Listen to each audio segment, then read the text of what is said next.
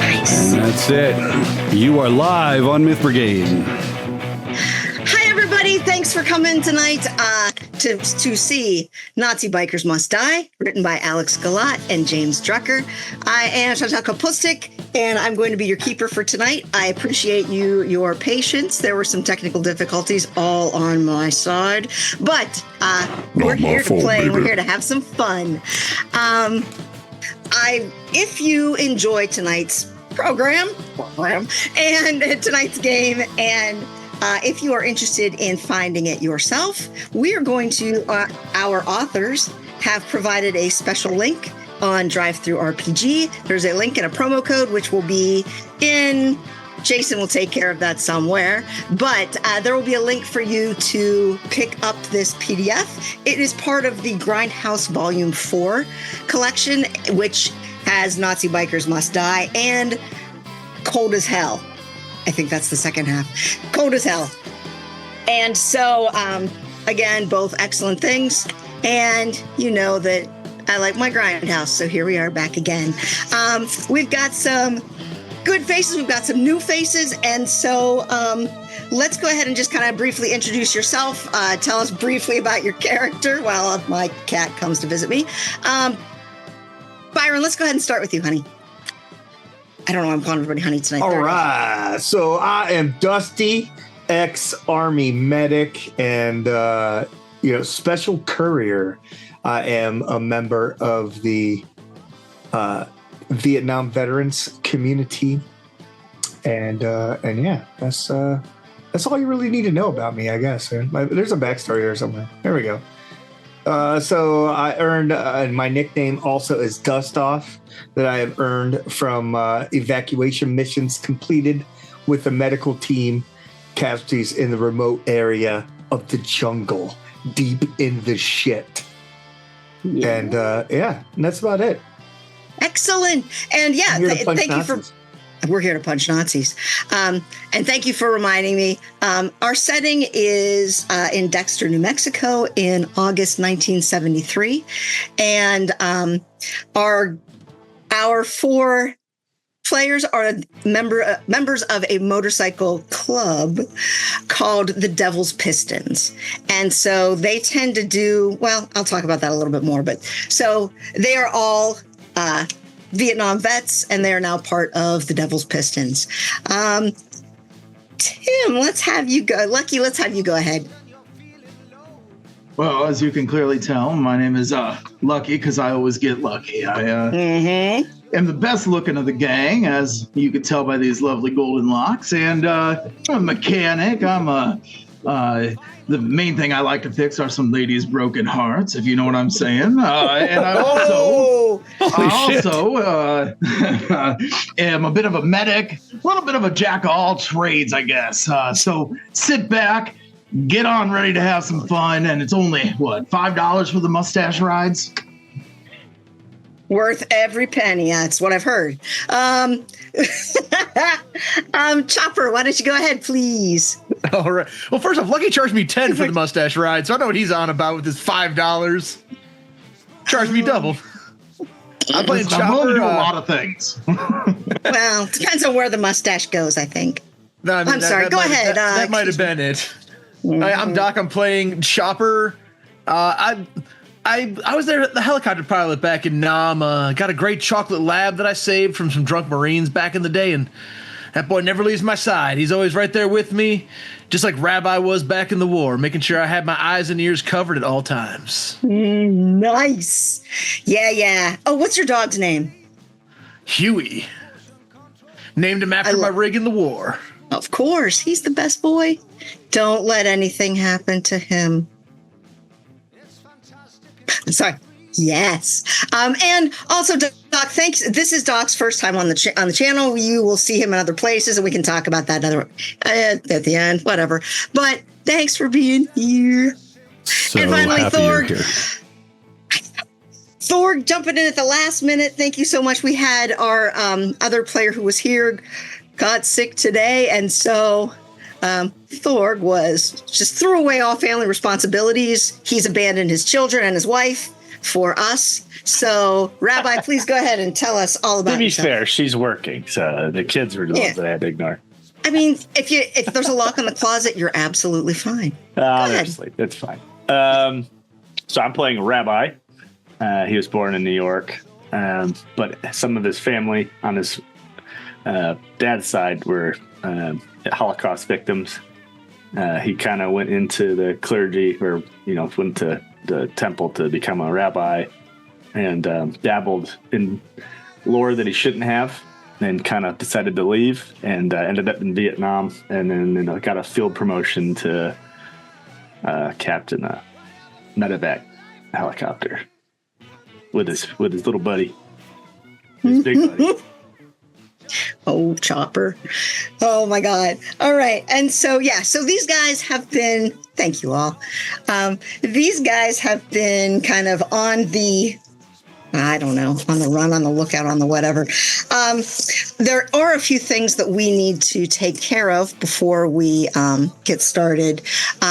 Players, I hope you all had a chance to look at the character sheet. Under I think all of it is under backstory. You all have a special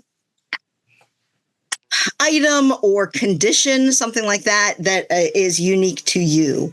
And so while I have those, and, I guess we'll just kind of uncover those as we get to them. But we do need to roll for luck. And so what I'd like you to do is, if you would, please go ahead and roll 3d6. Multiply by 5. That's going to be your luck. With the exception of lucky, you're going to roll 4 dice and take the 3 best, because you always have that little extra edge. And then go ahead and just change that in your D20. Yeah, the roll 20. No, sorry. Wow. 3d6 what? 3d6 and then multiply by 5. Ooh, and I guess let me know what your luck is. Wait, did you get good luck? Oh. Oh, tell me, Rabbi. Tell me. Literally 5, 4, 3. Three of us got 60. We all 3 rolled the same number. And Lucky got 50. Oh, I got 45. He already spent it all. I spent it all saving the dog. I mean, that's worth it. Hey, Byron, you and me, buddy. Twinsies. Yeah. Here I am. Oh, shit. And I'm sorry if that is bothersome. Okay, so we've got those things. So now,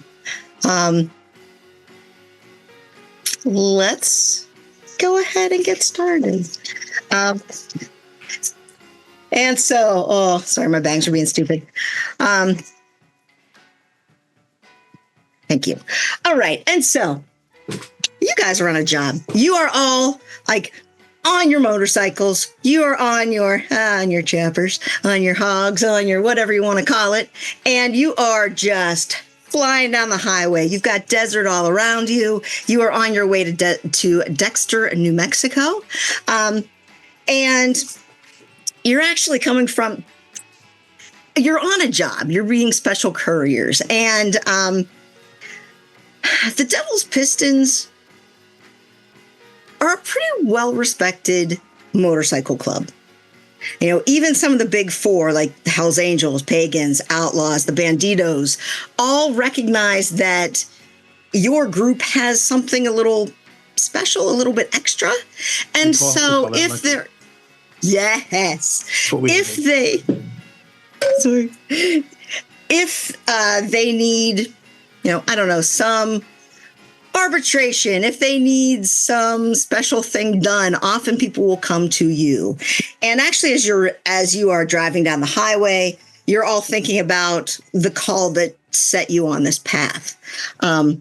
You have a broker that you work with in Las Vegas named Rackham, and he had contacted you about securing an old book, an ancient Sumerian document called the Eshnuna rubbings, and they're created from like tablet rubbings, and so this dealer is, well, let me read some box text for you.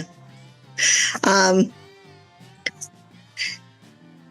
have a buyer who needs a musty skin back from some dealer in Dexter, New Mexico. That's a town just south of Roswell. The skin dealer has been, shall we say, resistant to his offers. But I figure you boys should be able to strong-arm the guy into seeing the error of his ways and that it's in his best interests to sell the book. I can wire the money to him as soon as he agrees to the sale. And this book is an 8th century Sumerian manuscript called the Eshnuna Rubbings. The client has said that money is no object. And while Rackham didn't have the address of the store, I mean, it's called Ostrander's Books. And it's a pretty for being a small place, it's a pretty well-respected, he's a pretty well-respected dealer in the like ancient text sort of market. But Rackham also warned you that there might be other groups looking for this book. So just be on the lookout and, feel free to bash some heads if you need to, because the client seems to have enough money that if you get in a little bit of trouble, he'll be happy to get you out of it. And so...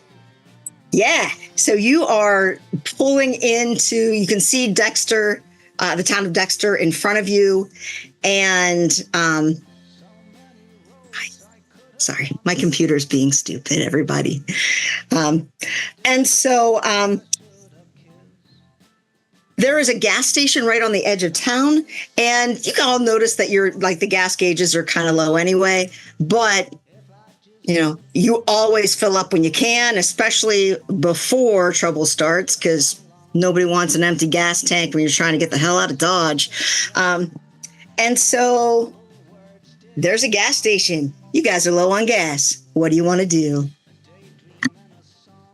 I'm going to pull in right as Lucky's about to pull up to the thing, but I'm going to kind of cut him off and pull in front of him. Nice. Like, guess you have to use that one back there, Luck. I use whichever one I want to. Oh, yeah, you like the back hole. Okay, buddy, sure. And he's going to go ahead and he's not going to fight him over it. He will go ahead and just use whatever pump's available to fill up. I'm definitely straight and heterosexual. What are you talking about, Dusty? What's your butthole? Hey, bro? Lucky, those mustache rides paying for your tank of gas?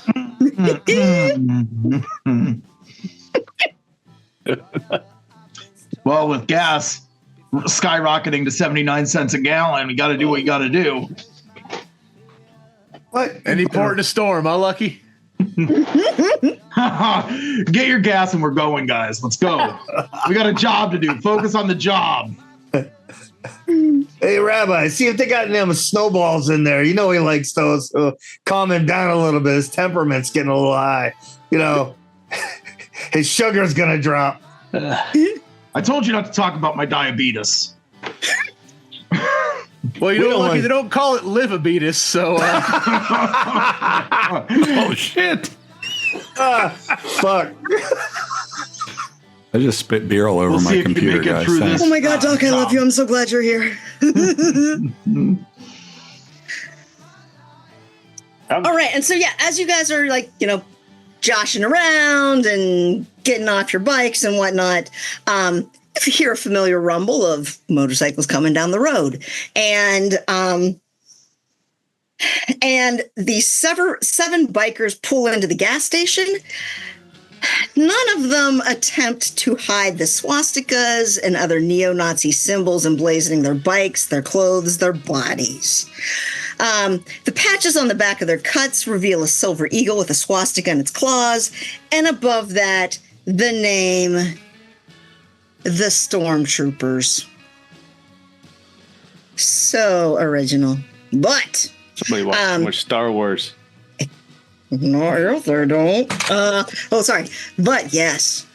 The apparent leader of the Rikers pulls in first, gets off his bike, is this brawny, powerfully built man with a shaved head and a wide handlebar mustache and a full beard.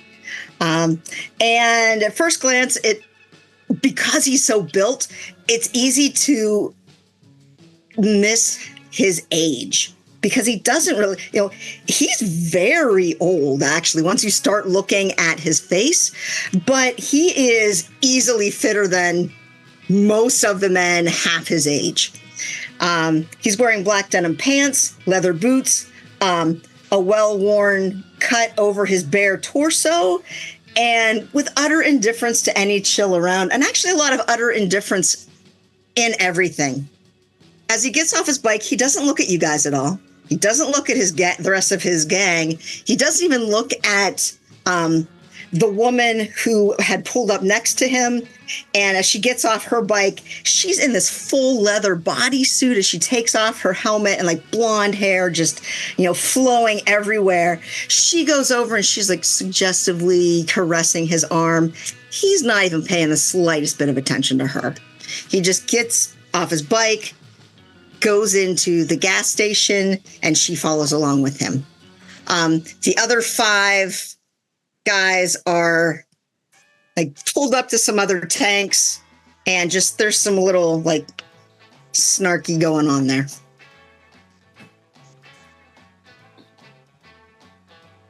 Not a blonde or blue-eyed in the entire group. You boys seeing this? Arian. Think what I'm thinking? Bullshit. I light a cigarette at the gas pump. Yes. Mm-hmm. Thinking they got a beatdown coming to them. Yeah. I got a chain in the saddlebag. We can even the odds a little bit. Yeah, and I got my nunchucks. Okay, I remember we got something to do. I've already got my wrench from the saddlebags like in my hand, ready to go. Yeah, I got like my hand down on the saddlebag strap, just like. Got something we gotta do. Yeah, Rabbi, come on, you always had my back in the war. Why not now? Rabbi, really? You gonna say something about this? They're fake. They're fake. What's your problem, buddy? See, this is what happens is it starts like this. And then next thing you know, hey. Pathetic. The shit that happens here. The fuck's your problem, buddy? Pulling up on here wearing that bullshit.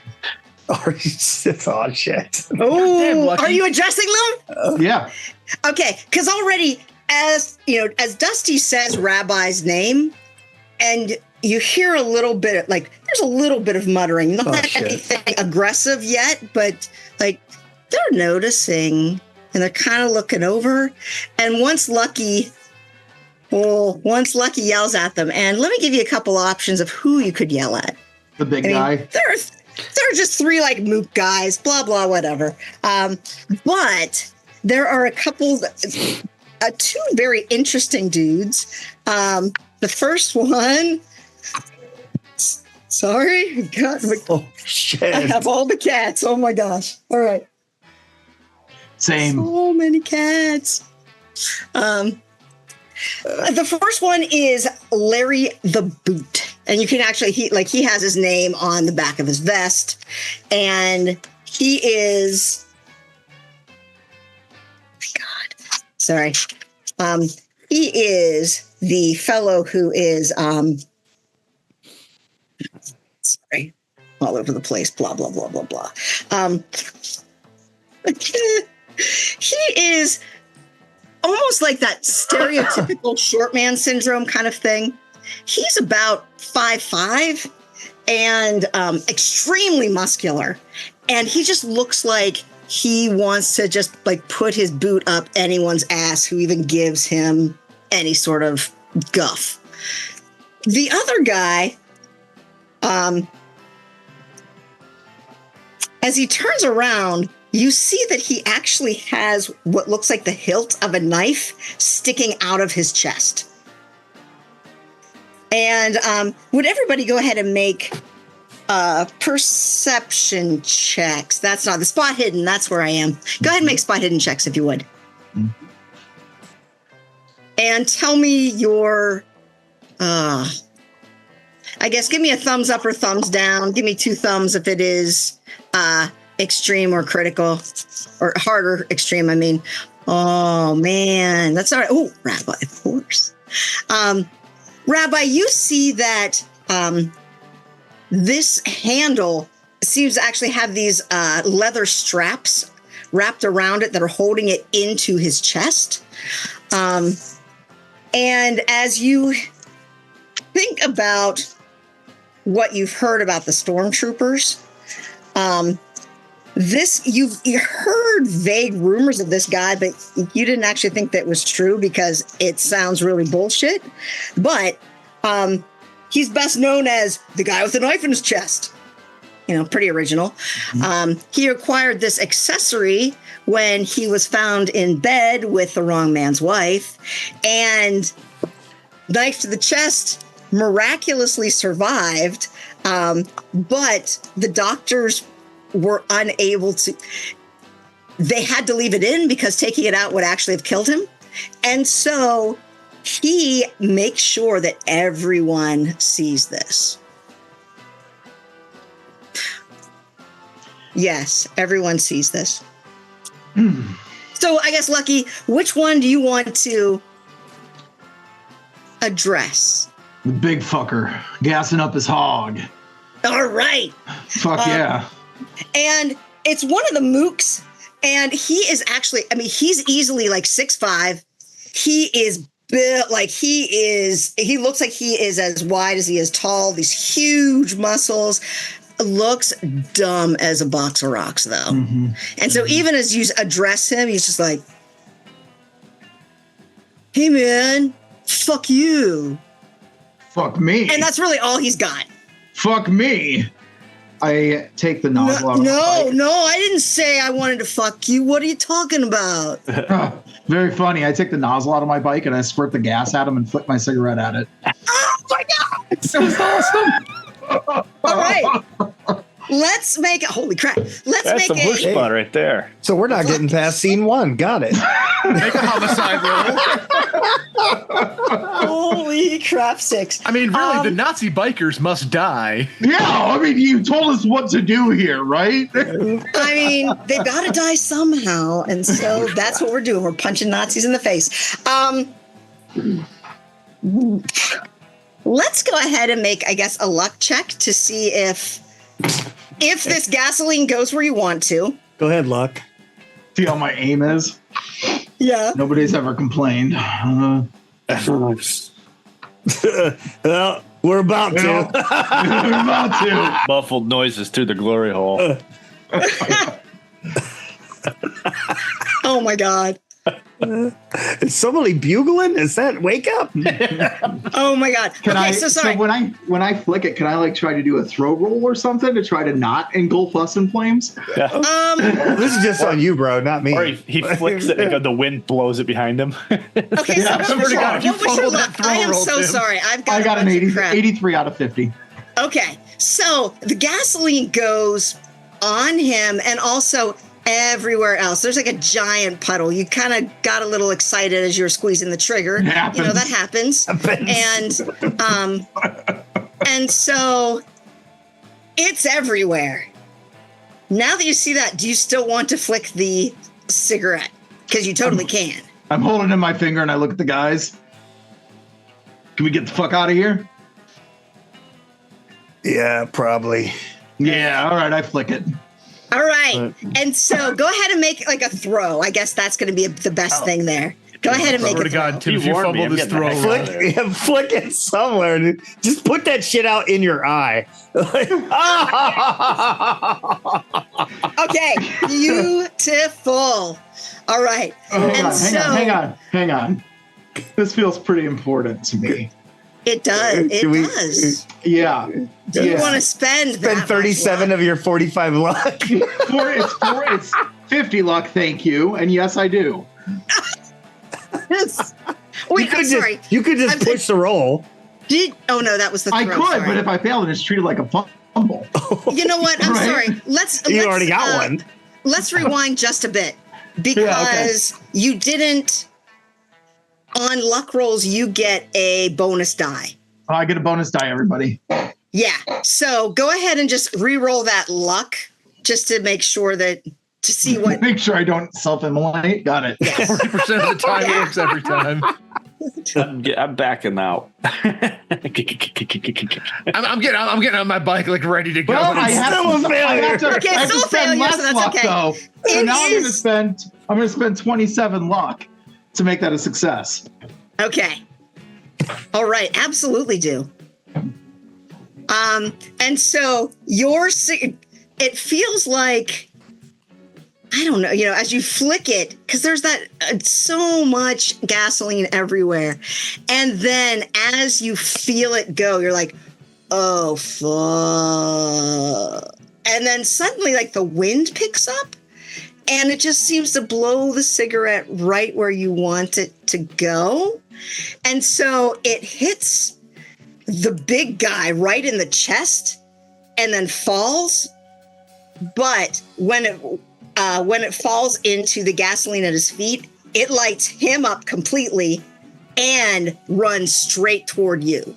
So I'm going to need you, Lucky, specifically to make a dexterity check. Can I do my specialty evacuation move and grab a hold of him and yank him backwards like I did when I had to drug him across that field in Da Nang?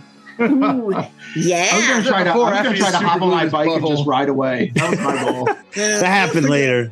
My goal is to hop on the bike and race away. Starting the bike could start the fire. I didn't start the fire. Oh my God! Yes. Okay, and so as because you're freaked out, and as you start to jump back, your foot slides and you go down into that puddle of gasoline. I do. And so now, oh crap, and I didn't write whose dexterity is what. Well, folks, it's been fun. Yep, thank you very much. Thank you everyone for playing. Stream. It's been wonderful. Anybody else I'd want like to to play the thank our game? We got another sponsors. character ready to come in. So, Chopper, what is your dexterity? Chopper's dex is 70. The only reason Okay. I flicked it because Dusty nodded a couple times. Oh no, it's beautiful. I love it. Dusty's a bad influence. Always. Dusty, what is your dexterity? What's your 70. dex? Lucky, what is your dex? Doesn't matter. Oh, 80. 80. And Rabbi, what is yours? 55. Okay. All right. I'm and smart. so, as we are, so we start off as like in this round of horrors. Lucky has just gone like back down. He's prone in this puddle of gasoline that is catching on fire quickly. There is this big behemoth of a Nazi that is just becoming this towering inferno. And you're all like about to move. And so Lucky, with the highest dex, you get to go first. And so what do you want to do? Dude, I'm going to get on my bike and ride away. Okay, so you're standing up. I'm getting the fuck out of this gas puddle. I know I'm covered in it, but I'm going to try to get as far away as I can. Okay.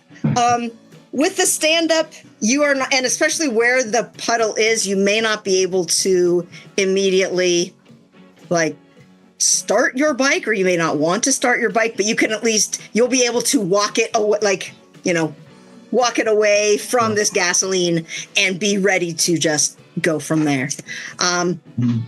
Awesome. Dusty and Chopper, you guys are going simultaneously. You see this ridiculousness. Do I feel like he's got this under control to get out?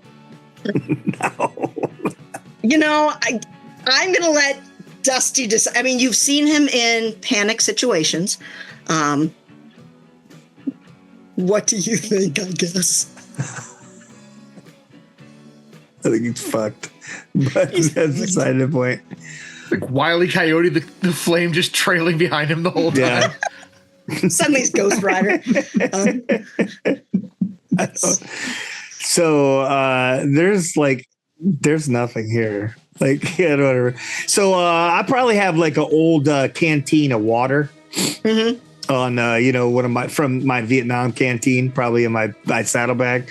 I'm going to try to grab that and dump the water, like splash it on Lucky to try to maybe water it. Maybe. Okay. I don't know. I'm going to spread the gas around even more. Spritz him, yeah. Spritz him with gas. Yes. Just soak him down. Make a throw, I guess. Let's go with throw. Hell no. That was his moonshine. Oh, whoops, wrong one. Yeah, as you like splash the water and it because he's moving, he moves right past it, and you actually kind of get it on the flaming Nazi, the Nazi flambe. But he's burning so much that it doesn't really have a big effect on him. I didn't want to. Yes. And is there anything else that you want to do besides throw in the water? Wow. Just wow. Okay. I'll pull the toe chain out of my bag. Okay. Yeah. All right. Excellent. Chopper, what do you want to do? I would like to start driving away because clearly Lucky's getting the hell out of Dodge. And I had my wrench handy. Yeah. Based on where I am I able to like do a drive-by wrenching of a Nazi? Absolutely you can. And Yeah. remember this as well, just everybody, like this is Grindhouse. And so the most over-the-top shit can happen. It might not work, but it can certainly happen. And so If I can't hit him, I want to hit the bike at least, you know? I want to have like a backup opportunity that like, if I swing and I miss him, take off a mirror or something. Oh yeah, definitely. Go ahead and make a brawl. How about that? Oh, and I think actually you have a... I have a wrench skill. Oh, fuck. Why does Roll20 hate You guys, we need to postpone this game for a different... Oh my I can't God. believe I'm watching this shit unfold right now, guys. I'm Do we sorry. get free rerolls Okay. against Nazis? There's a whole bunch of Thorgs rolling in here tonight. And Thorgs really want to pass both of his rolls. No, we haven't. Chopper, what happened? I can't even narrate it. What happens here? Oh, Please tell us. I go to swing at this guy, and he must have seen the flaming blaze and turn and seen me coming. Because when he ducks down, I just swing, and that wrench just frisbees into the field. That wrench is hasta la bye-bye. Oh my God. Okay, I would like to change one thing. Before it goes into the field, it actually hits one of the other bikers who is there, and it like clangs off of his helmet because he's actually wearing a helmet, and Why? he falls to the ground. So, It's like an and then it still flies off. But One of oh those my metal helmets with the spike coming out of the the middle. Kaiser helmets from Yes. World War I. Kaiser. Yes. It's got to be a Kaiser helmet. Well, Absolutely. thank God for small miracles, because, I at least took one of them with me. Now, gentlemen, we need to get the fuck out of here. That was I can't go back for Wrenchy, okay? Oh, your little friend. I almost want to send Huey to like retrieve the wrench, but I don't think he can keep up with a motorcycle. Do you want to send Huey after it? I mean, assuming it's like at least across the street or something. Yeah, I'll send I'll send Huey and be like, go get it, boy. Go get Wrenchy. Get Wrenchy for me. And he's like, "Oh, yeah," and just like jumps. Now, you have. Where would Huey sit on your bike? Like, would there be a special sort of crate for him? Oh, I have a special crate Would he have a along the back. sidecar?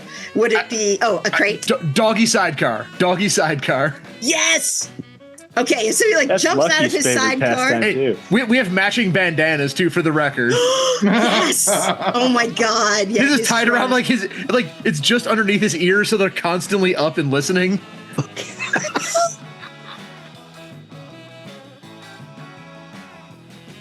I'm sorry, I love that so much. And so yes, He's a good Huey boy. jumps out. He's such a good boy, and he seems almost like uncannily intelligent.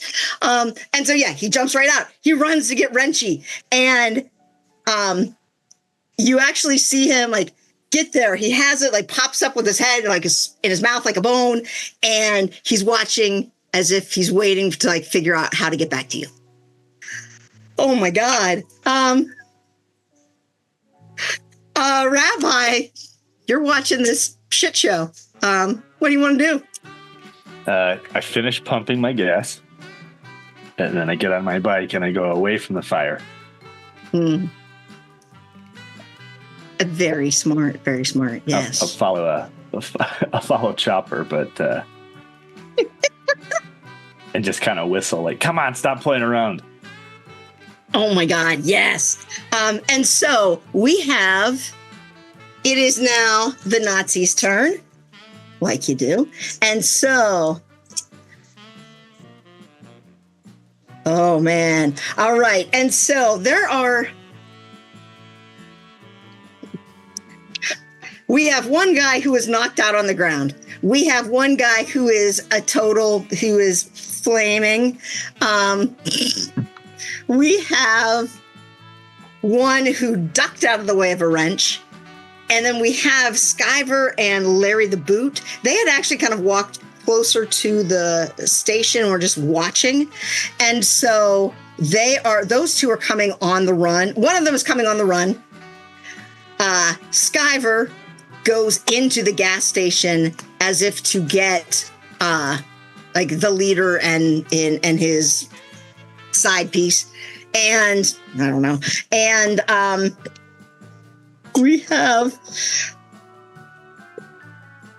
okay. Ooh, flaming guy actually, as he decides to stop, drop, and roll. And when he drops into the puddle of gasoline.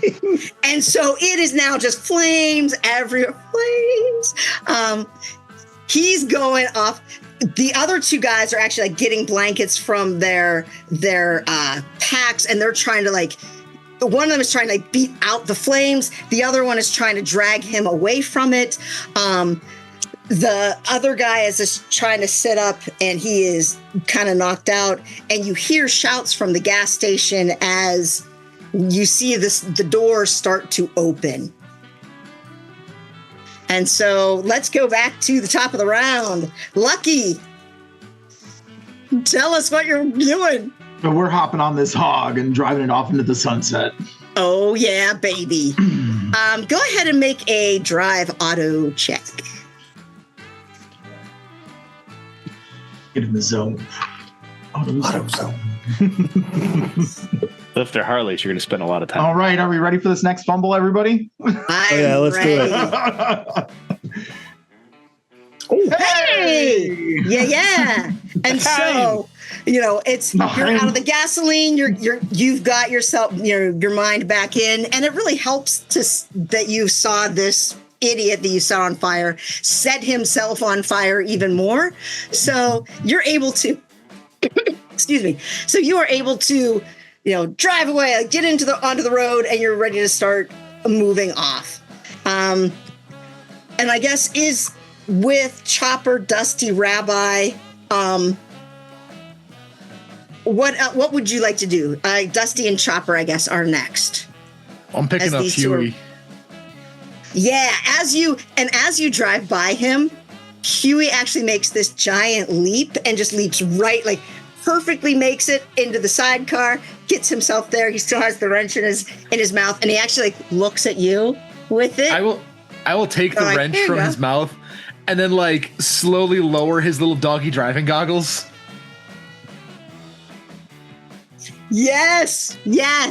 And he is so excited. He knows not to even beg you for treats right now because he realizes that, this is not a treat time. Oh, he gets a treat. He fetched Wrenchy when we were fighting Nazis. He gets a treat. Oh, yes. I'll reach into the saddlebag and hand him a treat. Nice. Ooh, I was wondering if you had him in your pocket because then he'd just be I have treats all over for this because Huey is the goodest boy. I have a special set in the saddlebag, so when I'm driving, I can just reach over and hand him one.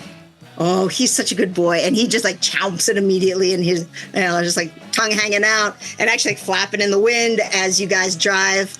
And that's what happens when I give Dusty a treat too. That's true. Yeah. Oh, Dusty. Dusty, what would you like to do? And then Rabbi. I am going to push over the oil can rack so that hopefully that will prevent them from being able to really get to their bikes and chase us. So, oh, nice. Yeah, so like on the way as you drive past, you just like kind of put out your foot, and it's let's go ahead and make a dexterity check just to see if you. I'm like, this LZ's too hot. Time to dust off. Damn. You said what kind of check? Dexterity. You guys made this foo bar already. Oh yeah, extreme success.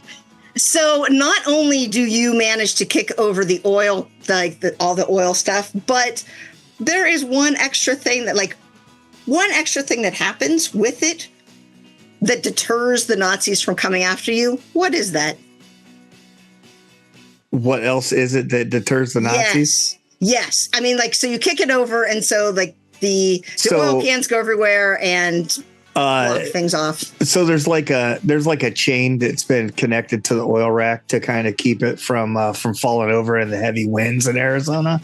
And so when I kick it over, it pulls it taut, like right about motorcycle wheel level, across the thing, blocking off their ability to chase us. Yes, and in fact, as you leave, and you see that is poised, ready to go, just happenstance. Rabbi, you are already kind of on the road to go. What would you like to do? And you're seeing all of this happen. I probably had to slow up for him to get his dog and his wrench. I'd probably going at just like a slow speed to see if the other two dingbats are done foobar and everything. Yeah, and so as saying the four of you prayer, like, hey, why do I put up with this? As the four of you get back onto the road, and as you're driving away, and you're seeing these flames, and they're starting to die out thanks to some of the other things, like the guys that are working with him. You see the door open, and the big, bulky, badass, bald guy is standing there and just watching you drive away, and just arms crossed, looking like, And you see one of the guy with the Kaiser helmet who was able to get on his bike, and he started to turn around and come after you. And he turns on the bike and hits that chain, and his whole bike just flips right over. And he goes flying. Let's make a luck roll would someone make a luck roll for him? Yeah, can we use my luck? Yes, we can use your luck. You do have the lowest now. That's true. Looks like you already rolled it, Byron. I rolled it. Yeah, that's all right. And so he manages to, when he lands on his head, but doesn't land on the spike, which would then push into his head. So that's good. He's still probably just break off. alive. Shh. It's Grindhouse. That kind of stuff just goes right into his skull and out his throat. But it doesn't happen like that this time. And so, there's just kind of chaos at the station, but you guys managed to get away. So does it blow up behind us as we drive away? All those gas pumps. Oh. I mean, do you even look lucky? Cool guys don't look at explosions. No, but I did that thing where I was driving down the road and I turned sideways kind of in the middle of this deserted road to wait for you guys to catch up. Well, you should have left the pump running with the little latch. Oh, yeah. Or look in the side mirror so I just see it in the back, but you're totally coolly looking ahead. Let's go ahead and actually each one of you just make a luck check. Yeah, I got that. Hang on. Yeah, I've got luck. It won't affect what you do. Oh, no. Ooh, okay. So half and half. So you see some explosions. Two of the gas pumps one of those explode, but lucky. Two of the gas pumps explode, and you hear kind of It's kind of muffled because of the wind and the noise of the motor, but you think there's some shouting and some screaming and even a gunshot. So it's just a lot of chaos back there, but you guys have survived, and I'm sure that you will never run into them again. And you're on your way to find Ostrander. Yes, we are.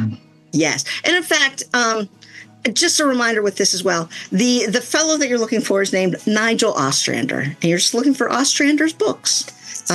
This is the place where you're going to pick up this ancient text, and no problem, everything's going to be easy peasy lemon squeezy. Except you don't know where it is. I'll ask Huey if he knows where it is. Where is it, boy? Where are we going? Where are we going, boy?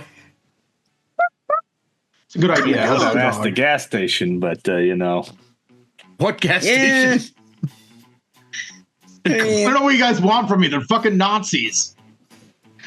You did good, Lucky. You did good. Thanks. Yeah. Next time, hit the gas with your cigarette. I hit the gas. It was just a little closer than I had hoped. It's like that time back in Da Nang when Dusty had to glue your butthole shut. We don't talk about that, and we don't talk about my diabetes. Now, what's your dog say? Yeah, that was a little too danger close, don't you think, there, buddy? Yeah. What? What sort of roll do you think you would make to see if Huey knows where this is? Because Huey is pretty smart. Like a hard navigate roll or something. Yes! Goofy makes it. Dude, make it. Yeah. He's got to make it. Because it doesn't He's gotta involve the make dog, do I get the bonus die for this? Yeah, he's a dog. Fuck Yeah. I think the dog. Yeah, that's right. That's how we do this. So it is the craziest thing that as you ask this, Huey looks you like dead in the eye, and he actually he puts his teeth on your left hand. Wait, which side is the sidecar on? It would be on your right. It's on the correct? right. It's on the right. Yeah. Okay, so he puts his jaw around your right hand and doesn't sink his teeth in, but he kind of pulls your arm as if we should pull over here. And as you look over, there is a phone booth, and you can see the giant, the big phone book hanging from a chain in the middle of this, in this phone booth in the middle of the place of the street. So that's where he's pulling you. I'll pull over and immediately hand him a treat. Good boy, good boy. Give him a little scratch behind the ears. Oh man, I almost feel like I should have cosplayed as Huey, I guess, rather than. All right. Okay. So there is a phone booth. There is a big old phone book. White and yellow pages. And yellow pages.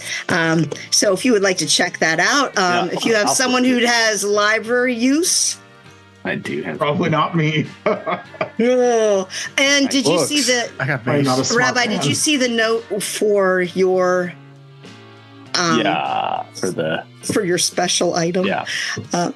It will give you bonus die on library use and Intelligence. history.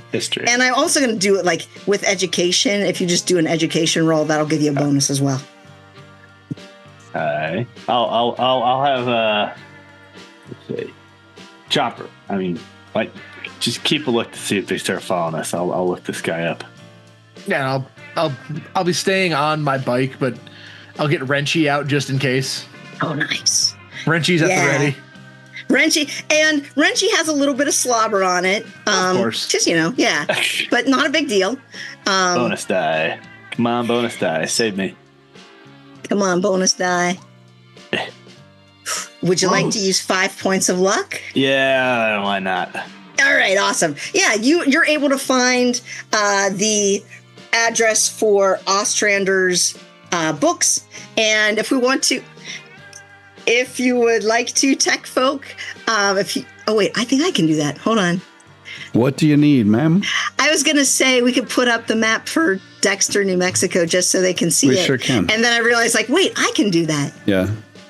You can do So- that. Shout out to Alex Gillette is in the chat. What's up? What? Yeah. Oh my god! Chaim. What? Oh, now I feel. Oh my god! Okay, that's awesome. I am so glad. We're definitely gonna be not super fucking this dorky. all up. We're Yeah, definitely no, not it's fucking totally this up. fine. We're No not pressure at all, fucking this all Chantel. up. That's I not know. fair. Shut up! Shut up! Listen, whatever your expectations are for this, just reduce them, right? Yes. Bring it down. It's all dogs and tits. Watching a Will. bunch of All right. corpses. So you are able to find Ostrander's, and it's on this little side street. It's not that far Right in away. the You can middle. easily find it. And so, yeah, it is not far at all. So you guys can, especially with Navigate 2, you can get there, not a problem. And actually, as you pull up to the street that it's on, and you can see right here is Ostrander's Books. I'm not actually going to look and see. It's on Lincoln Ave, no, 3rd Street and Talmadge Avenue? Yes. Anyway, right there. And it's in a nice little area. It is, sorry. I think there's a description here, so let me give this. I was going to say, I'll take out the page that's got Auschwitz Books, and then I will look at the white pages for his home address. Oh, yeah, absolutely. And so you can. I'll just take both those pages out. Oh, that's very clever. I reach into my saddlebag and just like for the bolt cutters and just snap the chain on the thing. I was like, why don't you just bring the whole fucking thing? It's like 5 pounds, man. Dusty, when's the last time you read a phone book? Which one of us? Dusty. What? I don't read the phone book. You just need the Who fuck fucking reads the numbers. phone book? I just take the page. There's no pictures in it. What the hell are you gonna do with it? No wonder you can't read it, Dusty. Dusty reads Oh the my pennies. God. Dusty reads the pennies catalog. That's all Dusty The reads. phone book. Hey, there's some hot-looking women in the pennies catalog, man. Don't you talk shit about the pennies catalog. Hey, man, those foundations sections? Yeah, pretty nice. I saw you looking at the men's underwear pages. There, buddy. Whatever. Oh my God. Yeah. So this is, it is just like this nice little bookstore. Looks a little run down, but the whole area looks a little run down. There is across the street, there is like this mom and pop grocery store. There is a hardware store and just a couple other storefronts that have above them, like you can tell that they are apartments, so like the owners live above the store. It's like that kind of place. Ostrander's is only one story though. And so go ahead, folks, if you would, and make spot hidden checks.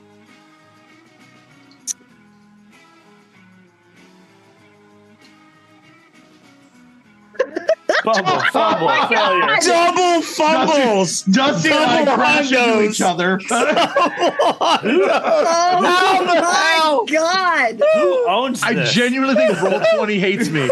I should have said Huey. to look Twinsies. shit. Hey! Lucky's my twinsy. Oh my God. Double Shem hundreds. Shem. That is freaking amazing. Okay. So luckily you guys, like the rest of you are all kind of distracted by like that the door is open and just kind of ajar. And if you look at the door, the sign is actually turned to closed, but the door is slightly cracked open. Rabbi, you see actually, you see a couple of crushed cigarettes on the ground. And you are able to, with your spot hidden, you remember that one of the Nazi guys had a similar brand of cigarettes that he was unfiltered like pulling Lucky out of his pocket. Yeah. And so like, what is this? But yeah, you can, and as you look inside the store itself, books have been pulled from the shelves and just thrown around, as if like they were looking for, like someone has tossed this place, but they were also looking for something specific. I think our Nazi friends have been in here already. I did not see that coming. You're hilarious. Oh, bad. So yeah, as you walk in and you see that there is kind of a desk, like a counter in the middle of it, and there is this odd sort of thing on there. And let me pull this up as well. If you look into your handouts, and I hope that let's go show to players. I think that we can do it that way. Can you all see this picture, this image? If you click show to players, though, I think we will. I see it on the stream. Yeah. Okay, because I'm clicking show to players, but I don't know. Yeah. Okay. So it is some weird sort of, like, it looks like a tape recorder, but it's also attached to his phone. It's under handouts if you want to take a look at that in your journal as well. And at the top of it says phone mate. And you can all make education checks if you would like. Okay. That's what I'm good at. Smarts and education. Yes. Nope. Okay, hold on. Education. Jesus, we both failed again. Yeah. And so with this for education, you can have the bonus die. Oh, yeah. That was Good job, everybody. Excellent. So you guys are like, what the heck is this? We've never seen anything like this. They didn't have these in there. Nah. There It looks like an IED to me. Is that a clay? Is that a mine? Better than Press the button and throw it. I make a power check to make sure that I don't think it's a claymore. Does it say, Yes, please say, do. Aim this way? No. It is. You can see. Nah, it's not a claymore. Oh, yeah. You feel kind of confident that this is not anything that will explode. Can I try to make like a hard intelligence check to see if I can figure this sucker out? Yes. Okay, let's do it. Hard. So this is. I can change it up here. Well, I mean, I can do it in intelligence too to just play with it, see if we get it to work. Oh, yeah, you totally can. I don't know what this thing is, but it's a weird looking and in book to fact, me. there is a like mechanical thing. Oh, and so Lucky, because you're a mechanic, I want to give you a bonus die with that. Oh, okay, I'll take that it. Intelligence check. Yeah. Nope, worse. Oh, worse. Yeah.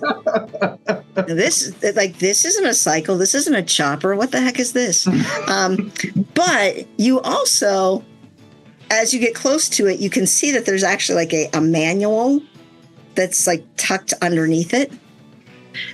And so if you want to take a look at that, you can. Yeah. Maybe. No, read the directions, maybe. Huey, how's this thing work? Come on, tell us, Huey. Yeah. Huey's just like, work. Huey, make it work. Here's the manual. Huey, get wrenchy. We got this. Huey, do your library use roll. We got to see how this thing works. Yeah, he's the only one that can read. Part of me wants to see, like, just to do a library use roll for the dog to see what happens. Fucking Oh my God, I kind of want that. He got a 2 on the navigate. He really did. He's good. So Wishbone comes up and he's just like, bark, here, I can What's read the it story all. about Wishbone? Wishbone was actually created based off of Huey. Yeah. It's true. It's true. Facts. Huey jumps up, like puts his paws on the desk, and you see him kind of like nose around, and he grabs this pamphlet of something, puts it in his mouth, and then brings it over to you. Like, Thanks, boy. And I'll reach into one of my pockets, pull out a treat for him, and then start reading the pamphlet. Yes. And yeah, this pamphlet is directions. It shows you what it is. And in fact, it explains what it is too. This is a, sorry, I have this here. This is what's called a phone mate. And this is a recent invention. It records phone calls when you're not home. So you can get those calls. You don't have to miss any phone calls at all. And as you look at yeah, well, and so there are instructions of how to play back messages. What do we think, boys? Want to find out what's going on in this phone mate? Isn't that what you do on weekends, Lucky? You find mates on the phone? I don't need to make any phone calls. I usually place the call. That's a strip club. That's a bit I don't of a have grind any for him. trouble. You guys could wish to get the amount of chicks. That's why this is a Grindhouse adventure, because he's getting the grind on. Boy, do I Yeah, right, boy. It's a regular old grinder. God, I hate being straight and out of character. Oh my god. Yeah, so as you hit play, you actually hear this it sounds like the voice sounds like an older woman with a German accent. I'm not going to embarrass any of us here by trying to do a German accent right now, but I will. You hear it as like, start talking now? Well, very well, Nigel. If you have what I think you have, you must keep it safe and secure. Yeah. There are those who would kill for the knowledge contained in those pages. It's a book I told you once. For the love of God, don't read its pages. If you know of a safe place to store it, take it there immediately. I'll be there tomorrow. And for the love of God, if you see any Nazis, hide from them. They might be looking on the lookout for this. And then you get like, there's a click, and then there's a click as if like she had just hung up there. So you've heard this. Sounds like the book's not here. If she told him to hide it, if he was I'm gonna smart. start going through the bookshelves and the desk drawers. Okay, and as you go through, you're looking through, and there isn't necessarily anything things are out of place, but there's certainly nothing that you wouldn't expect to see in like a bookstore. On the back wall, there is a door that is also kind of cracked open, and just on the door itself, it just says office. Well, we can't let anybody else get that message, so I'll crush the thing under my boot. Oh, yeah.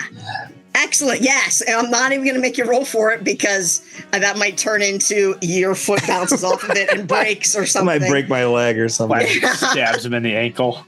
It's electrocuted from the wires. Yeah. Now he glows in the dark at night. Yeah. Oh, Dusty. What, I don't already? Well, we're in New Mexico. Agent Orange, I already glow in the dark. Oh. I'm going to light a cigarette and just sit on the floor with the dog. Oh, man, and you the cigarettes again. Don't burn out. I don't have plans to immolate this place. Plans. I mean, Huey might. You never know. The dog's clearly smarter than we I'm are. going to the office in hopes that there's like a hidden drawer or a safe or something. Okay, yeah. And as you go into there is something hidden, and it's actually under the desk. There is a desk, and there's like a little, like there's a modesty panel in front of it. So as you walk around it, under the desk, you actually see, like, in almost a fetal position, you see a man. He looks to be kind of like maybe like late 60s, and he is like, his hands are curled up at his mouth, and you can see there is this giant like gash on his head, and there's just blood. Like, it looks like blood has poured out of it, but it has now dried up, and so it's clotted. And as you look at what he's doing, you can actually hear him chewing, and you realize that he is chewing paper. He's just eating paper. And there's a book like he's kind of sitting like crisscross applesauce, and there's a book right at his knees, and he just keeps tearing pages out of it and then just eating it. And then another one. Medic! Well, I'll go help get him out of it. Don't worry, buddy. Like, a lot of guys do this shit the first time they see combat. Don't worry. Come on out of there. I gotta try to lock the door. Fish the paper out of his hands and try to hold his hands until the medic gets in here. All right, so absolutely, and let me get to that. Chopper, you lock the door, like shut and lock the door. I'm sure lock the door, and if there's a sign that says open, I'm just turning it to closed. Oh, if you would, go ahead and make a spot hidden check as you are as you're closing that door. I have decent spot hidden, but I will eventually defer to the dog to pass. Oh, I passed for once. Okay. Oh, hey, yeah, you didn't. We don't send Huey in to find out what's going on. Huey, what is it, boy? Where's the plot item, boy? Where's the plot item? You see that there seems to be some people. There are like two people that are sitting outside of the mom and pop store. Like there are some benches in front of it, and there are two people just sitting there, and they're just looking at the store. One of them seems to be it's like a middle-aged woman with a scarf around her head and wrapped around her neck. She has a couple of grocery bags and she's just sitting there. You also see a young man who has a yo-yo, and he is just yo-yoing. He's just sitting there and yo-yoing. Make a note of their faces, kind of like I have a feeling I'm going to see these people again kind of vibe. Okay. But I'm going to look at them and kind of just slowly turn the sign around and just shake my head no. And you kind of catch eyes with the yo-yo guy, and he's just like, and then just keeps yo-yoing. Actually, with the other hand, he's going to throw it with the yo-yo hand, just going up and down and up and down. That'd be impressive. Just yo-yo. Should introduce him to Lucky. Yeah. No. We've got the guy chewing pages, and you're holding his hands, Rabbi, until our medic gets in there. Dusty, Lucky, what do you guys want to do? I'm gonna get him out from underneath the desk. I'm gonna encourage him, like that time old Jimmy Blackstone. He called in that little hole, back after they hit us. When they hit us on that Thursday night back in Da Nang. I would like you guys to make either too many close that injury psychology or persuade checks to kind of lure him out, or to get him to stop doing the things. I'm outside the room. That doesn't include me then, right? Correct. It we does literally not. roll the same number again. Yeah, I will. Watching Yo-Yo Kid just pulling tricks. He's doing like a cat's cradle at one point. Like, all right, kid's good with the yo-yo. I use the 4 luck. Okay.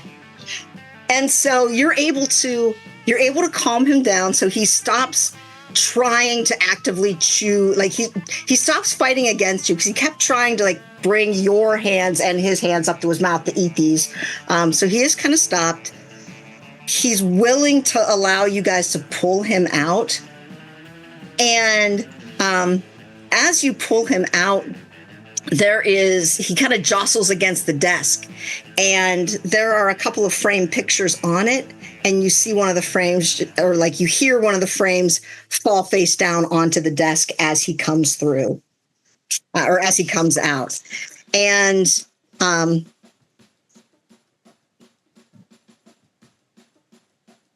I guess what would you like to do from there? He is now out. What the fuck's wrong with this guy? It looks like our Nazi friends gave him the old basharoonie. And fuck Nazis. I'm gonna check out his head wound. See if there's anything we can do for it. Go ahead and make first aid or medicine, whichever. No, go ahead. Whichever one is more. I almost said more better. Hard success. All right. Excellent. You make out that while it's a head wound, so of course it looks terrible. It's not as bad as it looks. And as you start to wash away some of the blood, you don't see skull. You don't see bone. That's great. And it just looks like, he took a hard knock to the head, but it didn't necessarily hurt him in look, any buddy, meaningful way. Did they take anything, or they just off the place? Dusty, I got this. I can. Okay, yeah. Yeah. Listen, hey there, chum. Looks like you've been down on your luck here. I'm Lucky, and these are my associates, and we fucking hate Nazis. So I'm guessing after what must have happened to you, you do too, right, buddy? Listen, my name is Nigel, and I fucking hate Nazis. Yeah, fucking right, Nigel. Everybody fucking right, Nazis. Right? Yeah, fuck them. Who the fuck did this to you? What'd they look like? We're gonna kick fucking their ass. Nazis. I I didn't hear them come in. I think they walked in through the shadows. I was too busy. I was putting all of the information inside of me. If I eat the dreams, they can't come through. No, this guy's fucking nuts. That happens at night. Sometimes they come in through the wire. Yeah, they mostly come at night, mostly. Was the book that They only come out at night. What was the book that he was eating? The book he was eating actually it was a first edition of Pride and Prejudice. No. So like nothing occultly important. Also not well written either. Yeah. Also a reason just to eat it.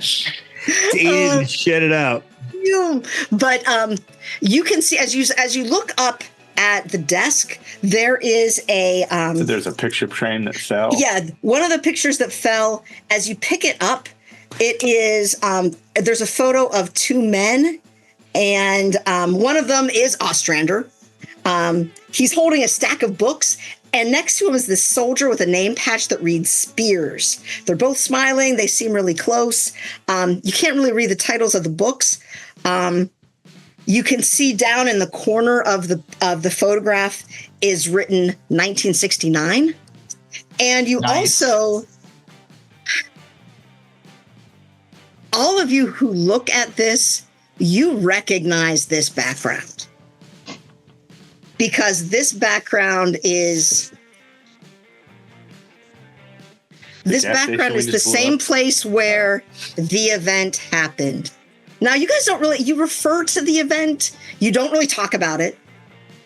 And like we as players, know what the event is, but the event is something that the four of you experienced together that actually it was occult and supernatural and just bound you together. It was free love.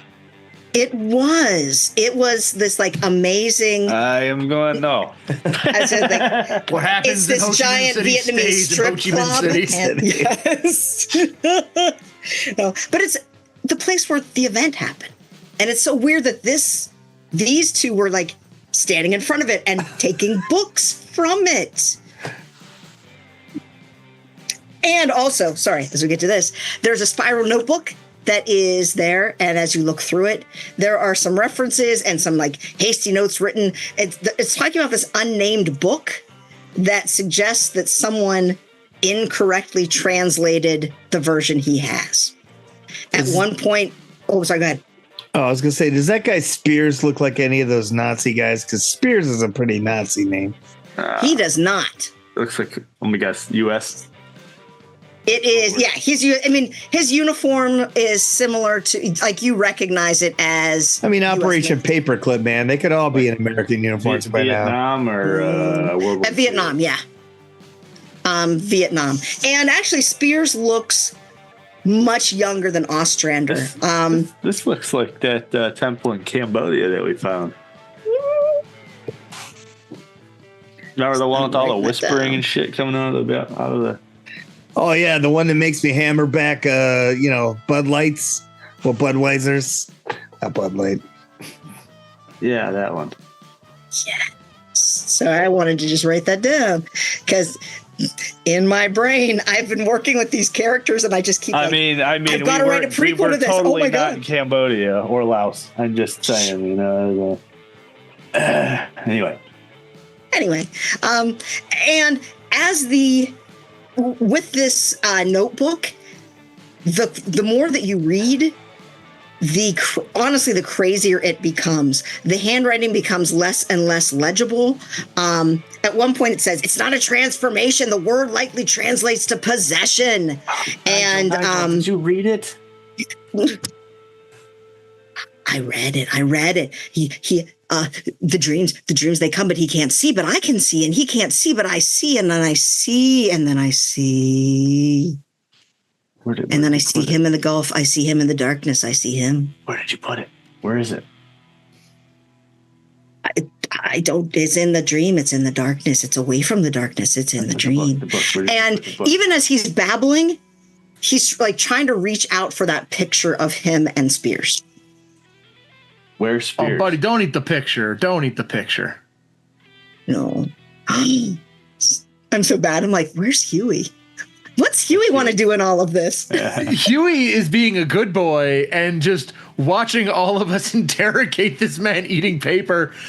And he almost, as I say, don't eat the picture, Huey's walking over to a book and his mouth is just slightly open, like he's about to eat it. And don't eat the picture. And just sits down and waits. No, he's such a good boy. He's a good boy. Listen, he is a good Nigel. boy. Nigel. I know you've been through a lot, and I know that you're experiencing a lot of trauma right now, but I'm thinking take a few breaths. Just kind of get yourself grounded a little bit more. Can I try to roll psychology to get him to abate his insanity a little bit? Yeah. Oh, nice. Yeah. He seems to, he listened a little bit as to stop eating the paper, and he seems to actually focus in on you. And like, breaths. I should breathe because I breathe. Yep, that's what we do. And he takes like a deep breath and then holds it. Okay, now out. Now breathe out, breathe out. Out. Yeah, you got it. Breathe out, buddy. Now in again, buddy. On, in. Keep doing it. In. Yeah, he'll breathe and then stop, like as he's waiting for you. Like, well, of course you're telling me to breathe, so I breathe. Oh, breathe out. Okay, inhale, exhale. Yeah, I get him going on a pattern. And I say to him, "Now listen. There's two ways. What we need to know is exactly what they were here looking for when they came here. The book. Well, no, we were aiming to get. They're looking for the book. They're looking for the book. Did they get it? Did they get it? No, I gave it away. To whom? To who? Whom I think is appropriate. Learned that when I was a kid. It is to whom. Does he have a Rolodex on his desk? Make a luck check. I'm going to probably say he would. I'm just curious what it. Hey. Ooh. Not only does he have a Rolodex, he actually, as you look at it, and it's in alphabetical order, and it is open to whom? It is open to Spawn, and so like SPAHN. Oh. And you realize, these are in alphabetical order, so Spears should be pretty darn close. And like 2 cards later is you see a card that says Wilson Spears, the trademark bar, address, phone number, and then also a home address and home phone number. I pull the card right out of the Rolodex. Yes. I grab the phone off the table. No, okay. I'll call the bar's number, the phone number of the bar. Oh yeah. Okay, yeah. And you hear luckily it's 998-7981. Yeah. Oh God, it takes forever to put this number in. Yep. And it's like, oh no. Whoever did this number was terrible. At least it's not a party line anymore. Right. Let's hang up, start over. Yeah. So, and there are like 2 rings, and then you pick up, and there's a female voice going, "Thanks for calling the Trademark Bar. How can I help you?" Yeah. My buddy's supposed to be meeting me there, and I was wondering if you could give him a message for me. Same as Spears. Your buddy Spears is going to meet you at the Trademark Bar? Yeah. He owns it. You know what, buddy? Don't do these crank calls. That's just bullshit. That's not a crank call. And she hangs up on you. All right. Great. Now you got to dial again. That went well. They seem to know exactly who I was talking about. So yeah, I'm pretty sure he's probably the one there. that owns it, you schmuck. What? Yeah. Oh, I thought you. Shit. Do you own this bar, my friend? No, Spears owns the bar. No, this is a bookstore. Huey, what should we do? What? Who's on first? Huey, find to whom? Huey says, "Bar." Huey, call the bar back. What's on third? I was gonna have Huey lick the guy's face to calm him down a little bit. I've literally pissed my pants 3 times at this point. I feel like we need Huey now to save the day. Oh, Huey licks his hand. Huey, where's the plot device, buddy? Where's the plot device? Oh, Get the MacGuffin, get it. Get the plot device, buddy. Oh my god. Well, I haven't heard anything from the writer in the chat. I think we scared him away, maybe. Sorry. Huey, dial the rotary phone, buddy. Use your paw. Dial the bar. I'm gonna look. Yeah, get the MacGuffin, boy. I'll like to see if he's got a yellow pages or a phone book around. I like on his desk. He does. Yeah, I got a phone book. I took the whole phone book. Remember? Oh, exactly. Yeah. Yeah. You gave me shit about it too. I'll yank it out of I'll his eat hand. my words, Rusty. You're still a schmuck. My words. And then I'll look for the name of the. I'll look for the tread mark. Right. Absolutely, yeah. And so in the yellow pages, you're able to find the trademark bar and the address. Yes. And if you have the Rolodex also has that information too, like the card that you took. So you know where the trademark bar is. And I hand him back his phone book. Yeah, obviously. Save this for the next time you need it. No. I meant I give Dusty. Oh, you give it to Dusty, not Yeah. Okay. Listen, guys, right. I'm not giving it to the guy with pica. should we get this guy to the hospital? I mean, it would be the right thing to do. I mean, we could just. Huey, make a medicine roll for us, boy. I'm not sure this is the town with a hospital. Does this town have a hospital? Let me look through the phone book real quick. Yeah, look at the phone. You look at the phone book. Look at the phone book. It doesn't have a hospital, but it has a veterinarian. A phone book. Time you needed a phone book. Dusty, as you're looking through the phone book, I'm kneeling down, scratching Huey behind the ears. She's a single finger fly up at you. And for you're buying beers, I'm just saying. Hey, look, there's a hospital. Yes. Oh, damn, I didn't know you was looking It's a for it. hospital. And It's a med center, whatever. it's not that far away. And they also have they have the number for their ambulance service. So if you wanted to call an ambulance rather than taking him to the hospital, there is that option. Yeah, my friend ambulance is going to meet me there. Let's call an ambulance for him and take off. We just call an ambulance now for the bar. So when we get there and we get fucked up, the ambulance will already be on its way. All right, Huey, stabilize him with a medicine roll, then we'll call the ambulance boy. Do what you can first. Is there a He cash licks the box wound and cleans it out. What? Is there a cash box or a register?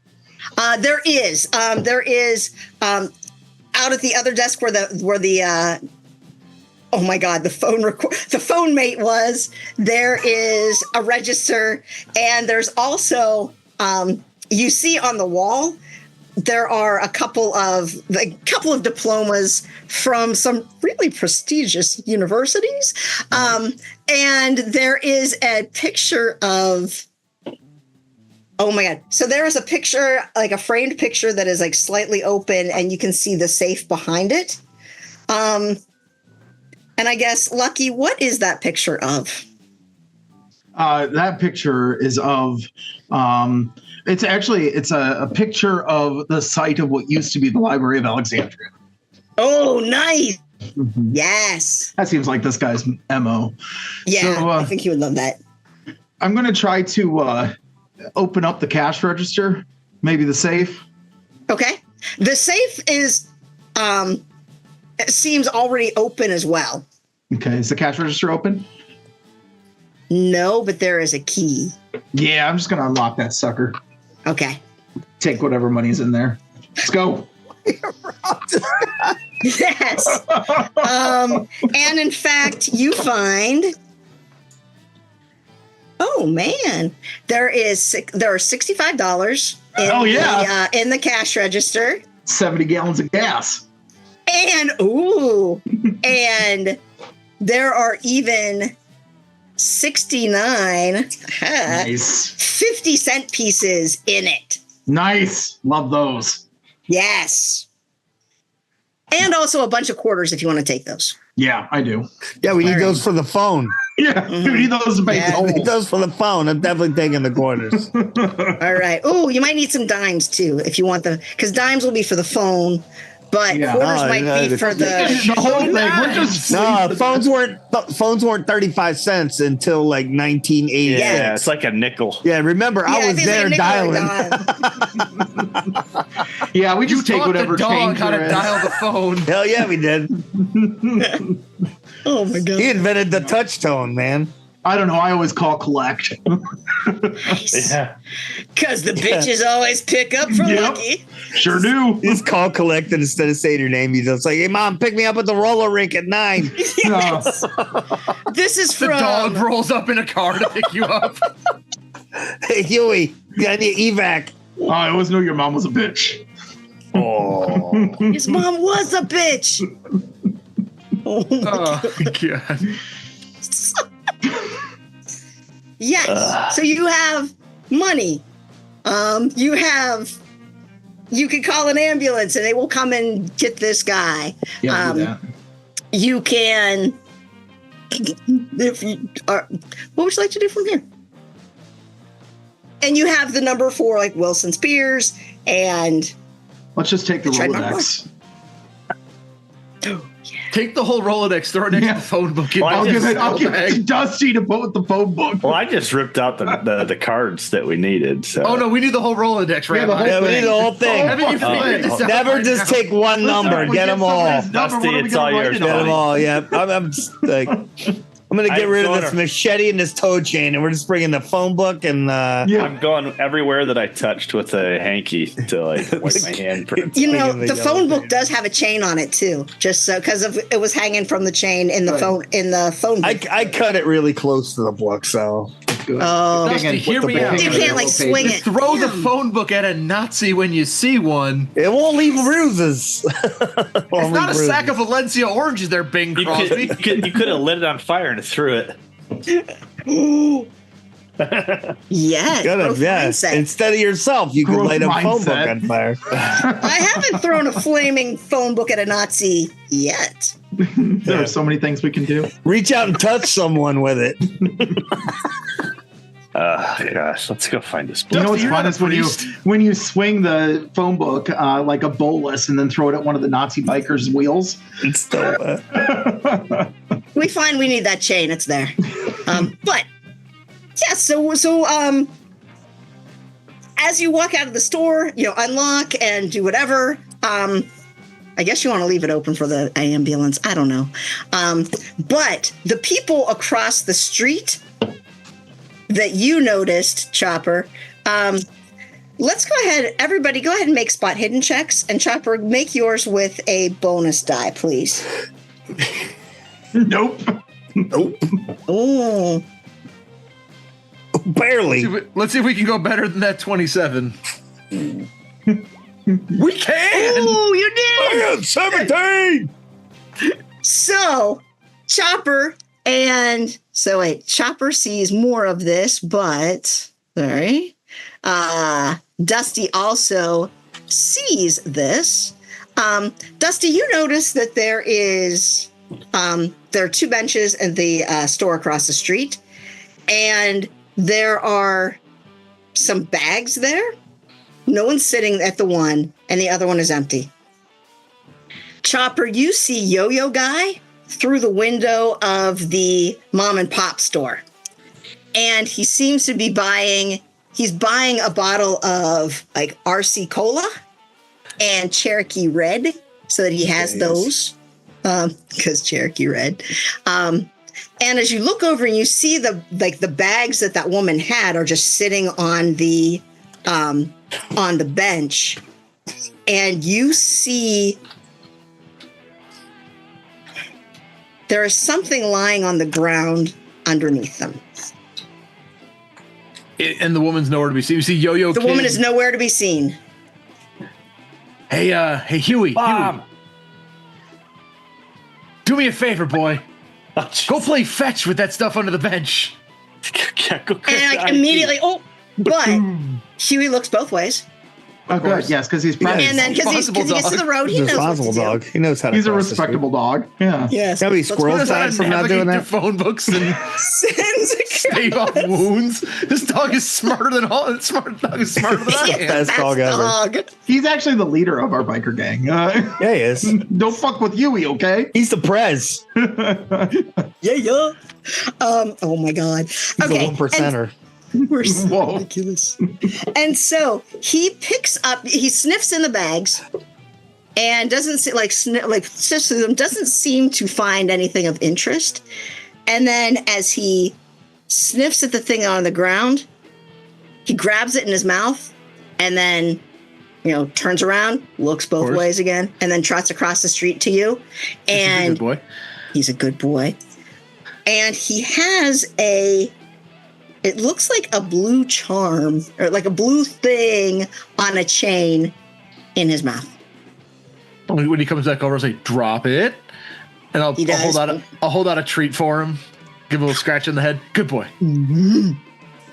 His tail wags. I will pick up this amulet-looking thing. It is totally an amulet thing. It looks like this hand sort of thing, except there's an eye in the palm, and it is made of like a blue stone. There is something written on the front. There's something written on the back. And let me see if I can show you this. Oh, we get to see it. Oh, yeah. So I hope that is. Are you able to see that? All right, good. And so on the front and the back, you recognize it, Rabbi, immediately as Hebrew. And you also know that it is called a Hamsa, Hamsa. And go ahead and give me a Hebrew language check with a bonus die. If anyone else wants to try to figure out what it is. He doesn't know his Hebrew. You don't know your own. You got a 69 in your Hebrew. Nice. Yeah. Oops, sorry. I mean, yes. That's how he makes his tea. He brews it. So, 69 versus 60. Yep. You really want to get rid of that 69? All right, there we go. All right. I got a hard success for spotting what's up with the amuleto. Nice. And so you, Dusty, you have actually seen some of the Hebrew that Rabbi, some of the books that Rabbi has. And, it's kind of a game to see can I figure this out? Blah, blah, blah. And so you mention that oh my God, sorry. Get out of the way. Give me a history check, Dusty. History check? Yes. And actually, Rabbi, as he starts to mention this, you can also make a history check if you would like. Make it with a bonus die. Fail. All right. Oh, sorry, Dusty. Yeah, it is kind of obscure. I did better history than the Rabbi. All right, better. Can Huey roll history? Huey, come on. Rolls history. Huey, come on, roll history, Huey. But the bonus gives you, so you make it. And so as you are while at first we found the one thing the dog can't do. Huey, Dog's got no history. Yes. He went to Catholic school. He was taught the other side of the Bible. Oh. Torah? Rora? Rora? Should have called him Scooby at this point. I know. Roses? No, Reese's. Sorry. Okay, sorry. So on the front, it says justice. And it is pronounced, the word itself is pronounced tzedek. Mm-hmm. The back reads, the blood of Israel avenges. And Rabbi, as you start looking at this, you realize that this is a symbol of the there's a secret Jewish organization called Tzedek whose focus is on exacting vengeance on perpetrators of atrocities during the Holocaust. Mm-hmm. And so while they don't necessarily broadcast the Nazis that they find, they tend to make them disappear. Yes. Yeah. They're very quiet. And so this seems to have been put there deliberately for you. And in fact, there is I'm gonna just do retcon this because it's adorable. As Huey drops that amulet, he also drops, there's a little piece of paper. And it reads, "Meet me at the Trademark Bar in 30 minutes. I think we're looking for the same thing." And it's just signed The Professor. Good boy. Huey gets an extra snack. Chomp, chomp, chomp. So that is what you find. We're going to give him a bowl and put some beer in it. Boys, we better get out of here. Post haste. The ambulance is going to be coming soon. Yeah. Oh, yeah. And in fact, you kind of hear a siren in the distance. I think I know what tattoo I want next. Yeah. Is it Huey's face? Aesthetic. It's kind of cool. I'll go take a trip to Argentina. Oh. All right. Does anybody need this is probably a good place that if anyone needs a bio break.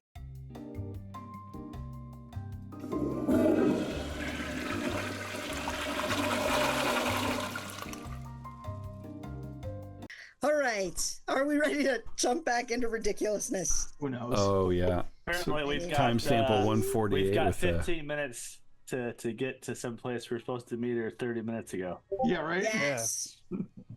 But that is okay because Time to evac. Get out of this LZ. yes. Dust off. As you are heading toward the address that you need, you can see at the Trademark Bar. It's a dive bar on the outskirts of Dexter, and it's owned and operated by Wilson Spears. And as you arrive at the Trademark Bar, there are quite a few vehicles parked outside. There are semis, there are bikes, there are some hot rods. It seems to cater to a rougher clientele, but I mean, you guys are used to that. And there are some interesting things here as well. There is an old abandoned semi-trailer that's parked adjacent to the bar, and it has a VW Beetle crashed embedded in the side of it, as if the car had jumped off a ramp and then just smashed right into it. And next to it's just there, and then next to is actually a logo for the Trademark Bar. So it seems like it has been there for a while. There is also a what's it called? There is a tow truck, it looks like it's ready to load a broken down car. It's up, so that way they can load it on there. But no, there's no one around it, as if we're gonna tow this, but we really ought to have a few beers before we take care of that crashed car. And behind the bar there is a low building, but there don't seem to be any markings on it. And so I guess, what would you like to do?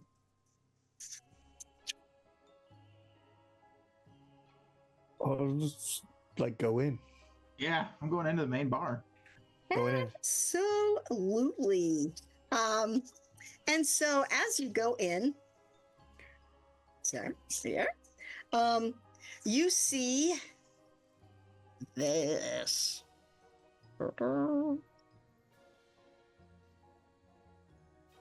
Oops, wait, I'm in the wrong place. I know what I'm doing. Oh no. I'm trying to give you a handout, and it's not a handout, it's a background. Thanks to our friend Jason. And so here is the Treadmark bar. Hey, Are you able to see that? Yeah, I'll move it. Hang on. All right. Yeah. Go ahead and play around with that. Yep, it's there. And so with the Treadmark bar, you see like the entrance is right here. And directly across from the entrance is a long bar with a dozen stools like pulled up to it. There are, and you can see it's like half full of people. There are a scattering of tables throughout, and then some like doors in the back. And next to behind the bar, you see the guy that was in the picture. He looks a little bit older, just kind of like you guys do. Then the picture from 1969. It's been 4 years now. But he is in like fatigues, and he is chatting with someone at the bar. There are a couple of waitresses that are like taking drinks around and chatting with the patrons. And the patrons kind of run the gamut. You can see there are like some truckers. There are like a few folks who look like bikers. There are a couple hard-looking women that are there as well.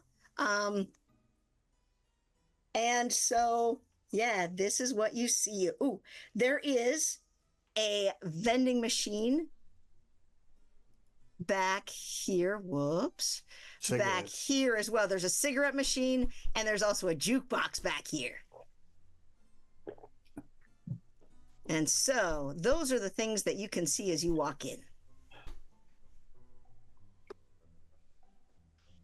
I'm going to go to the jukebox and the Sigma machine. Use some of the change I picked up. Nice. Now, as you get just on the stream. there is Not in Roll20. Yes, it is not. No, you have to drag the player marker over. Yeah. Here, I'll do it. I'll let you take care of that. 'Cause I'm like, oh, You guys should see it now. Sorry. Yeah, thank you. Okay, thank you. There it is. So at the jukebox, there is a sign on it, a handwritten sign taped to it that says, play H13 and we'll knock your teeth out. Oh, God, I'm gonna go look at it. man. Yeah. As you look at crap, I can't remember what I said. H13, I think that's what it would be now. It is a Cat Stevens song called Father and Son. Oh yeah, I don't give a shit about that crap. They got some CCR in this bitch. We're gonna play some Blue Oyster Cult, I think. You ain't playing nothing. You don't got no quarters, but I got lots of quarters. I got all the quarters. So yeah, you're able to play some music. And so it was kind of surprising that there really wasn't anything really playing when you came in, but now like the bar just fills with music. Oh yeah, man, I got some CCR on there. Oh yeah. And as you're putting that in, one of the waitresses walks by and she's like, "You saw the sign, right?" Yeah, I don't listen to that shit anyway. Yeah, don't play that fucking song. Because it will make him cry, and then he will start crying and telling stories. You could just like Take it out. you just take the song out, like You could. We tried that 3 times, and he just keeps putting it back in. Got it, It's man. like You he need to have wants Huey do us it. to play it. Oh my God. Usually dogs aren't allowed in here, but that dog is adorable. He's a good boy. Don't you worry. That's an advanced organism. Yeah, that's an advanced organism right there. He's smarter than Mullet over there, and I'll point to Lucky. Not too much of a stretch there. I mean, probably smarter, but I mean, they're both quite as cute. And she just gives You're just mad you Lucky can't like lick a your own little balls. look and a wink. I lick my fingers and then stroke my mustache. Baby. And she gotta like, How you doing, honey? What's your sign? oh, my sign is open for business. Oh yeah, mine's slippery when wet. Let's do this. Mine too. I thought Sorry, your I'm sign a was fucker. that skin thing that's in your underwear. Shut the fuck up, man. Which one are you talking to, We don't asshole? talk about the skin in my underwear. We don't talk about my diabetes. What was the other thing we don't talk about? Oh, my fault. Your liver beat us. Oh my god. Yeah. So she walks away. She's like, I'll be back for your order in just a bit. Let me know what you want. Handsome, yours is on the house though. Take a bourbon and a bud. What? One And what does that chocolate adorable thing want? Him? Probably a milk. Oh no, he's a Miller guy. You know, you got Miller here. He loves. Oh yeah. We got Miller. We got Just it. put it in a little bowl if you got one. Oh yeah. Sure. We've got one. ASAP. Yeah. We got this drunk guy. We got this one guy who can't actually drink out of bottles and glasses, so we just bring out a bowl for him. I mean, he can drink out of a glass. I trained him well. It's just a matter of, I don't want it to be weird for that if that guy comes in looking for his bowl. All right, we'll bring him a glass. I got to see this. And so she goes, she grabs the stuff, and as she passes Wilson behind the bar, he kind of like says something to her. She points to you guys and wipes his hands off with a towel he was using to wipe off the bar, throws it over his shoulder, walks over to you guys. Now, where are you in the bar? Where would you like to be? Right in that seat or this one. Okay, so Rabbi is in one of those two seats. How about the rest of you? I'm going to stand at the end of the Right bar. next to Rabbi. Okay, so Rabbi will be here. Chopper and probably Huey. I assume that Huey's going to sit on a stool, or will he be at your feet? He's at my- Huey. All right. Oh, you set him at the bar? Yeah, put him on a stool. You want him at the man. bar? Put him on a stool. Yeah, we'll put Huey at the bar. He'll sit up at the Yeah. bar, and he's got excellent doggy posture. Like his little paws are sitting on the rail, and he's just sitting up straight and just looking around. His little goggles are tucked back behind his bandana. Oh my God. And the other waitress comes by. She's like, oh my God, you're so adorable and better trained than my husband. Oh, how'd you do Careful, it? ma'am. He's a heartbreaker. He's a tongue guy. Oh, yeah, he is. Oh, man, he's adorable. And Lucky, where are you? I'm here by the jukebox and cigarette machine. Oh, that's right. You're still over there. Okay. Do you want to go anywhere else? No. Okay. Yeah, what are we trying to do here, But guys? maybe somebody should be watching the door in case our Nazi friends come back. Oh, yeah. You are meeting, well, a couple reasons. You're meeting there with Professor, who gave you that note and had the amulet sort of thing. But you also are here because Ostrander may have given the book to this guy for safekeeping. All right, so I'm going to talk to the lady who was flirting with me earlier. Okay. Oh, God, what's her name? Deb. I knew her from Dallas. Lisa. From Dallas. She does it. Yes, she does. Link in the description below. So it's like, okay. Listen, Debbie, Yeah. I might have a thing for you. You. I think you have a thing for me. When are you free, baby? Well, I get off work at 9, I didn't so then ask I what could time probably about get work. off at 9:15. Well, Yeah, he's have getting another. off. He's getting off at 9:01. I have If you another get idea. yourself in 14 minutes when he's done. How about we? He just kind of like honey. He kind of like just like gestures his head over towards the office door. Oh, we might want to find someplace else. That's his office, and man, the shit he has Nigel? in there. Oh, no. Oh, you do know Nigel Ostrander? Yeah, he'll come here sometimes, which is so weird because he's such like a fussy little guy. But yeah, weird. He and Wilson are really good friends. Yeah, nice guy. Yeah. Listen, I want to try to charm her to go with me into that office. Okay. Why are you bringing it up? I want to see what's in the office, and it's a good excuse other than just walking in. All right. Make it with a bonus die because you are freaking adorable. And so I'm gonna push that roll. I'll be like, I didn't know I was giving. Okay, push it. I didn't know I was giving you a choice. Damn. You better make this. Oh! Yeah! Wow. It's definitely a hard success. That is a hard success, all right. And she's like, normally I don't let guys talk to me that way, but there's something about you that I just can't put my finger on yet. You can put your finger on it, baby, this way. Yeah, baby.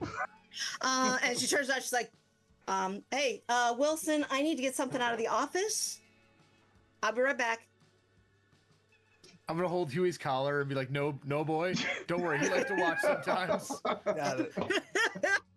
Sit. Yeah, she walks into the office and like maybe gives you a little time to sneak in there as well. Yeah, he sneaks in there and shuts the door behind him, leans back against the door, and while she's doing whatever it is she wants to do, he's like scanning the room, trying to take in what's in here. So you're assuming that she's just gonna drop and you don't have to do anything? No, not at all. Not at all. All right, good. Not at all. Sorry. Okay. But as you get in there, and as am I role playing a straight man? Because if so, then yes. I mean, yeah, you might as well just walk in. Hey. Hey, whoa. Hey, yo. Okay, and so as you walk into his office, you have he has a desk and just like piles of ledgers and just like shit everywhere, but not shit, but a bunch of war memorabilia as well. He has a,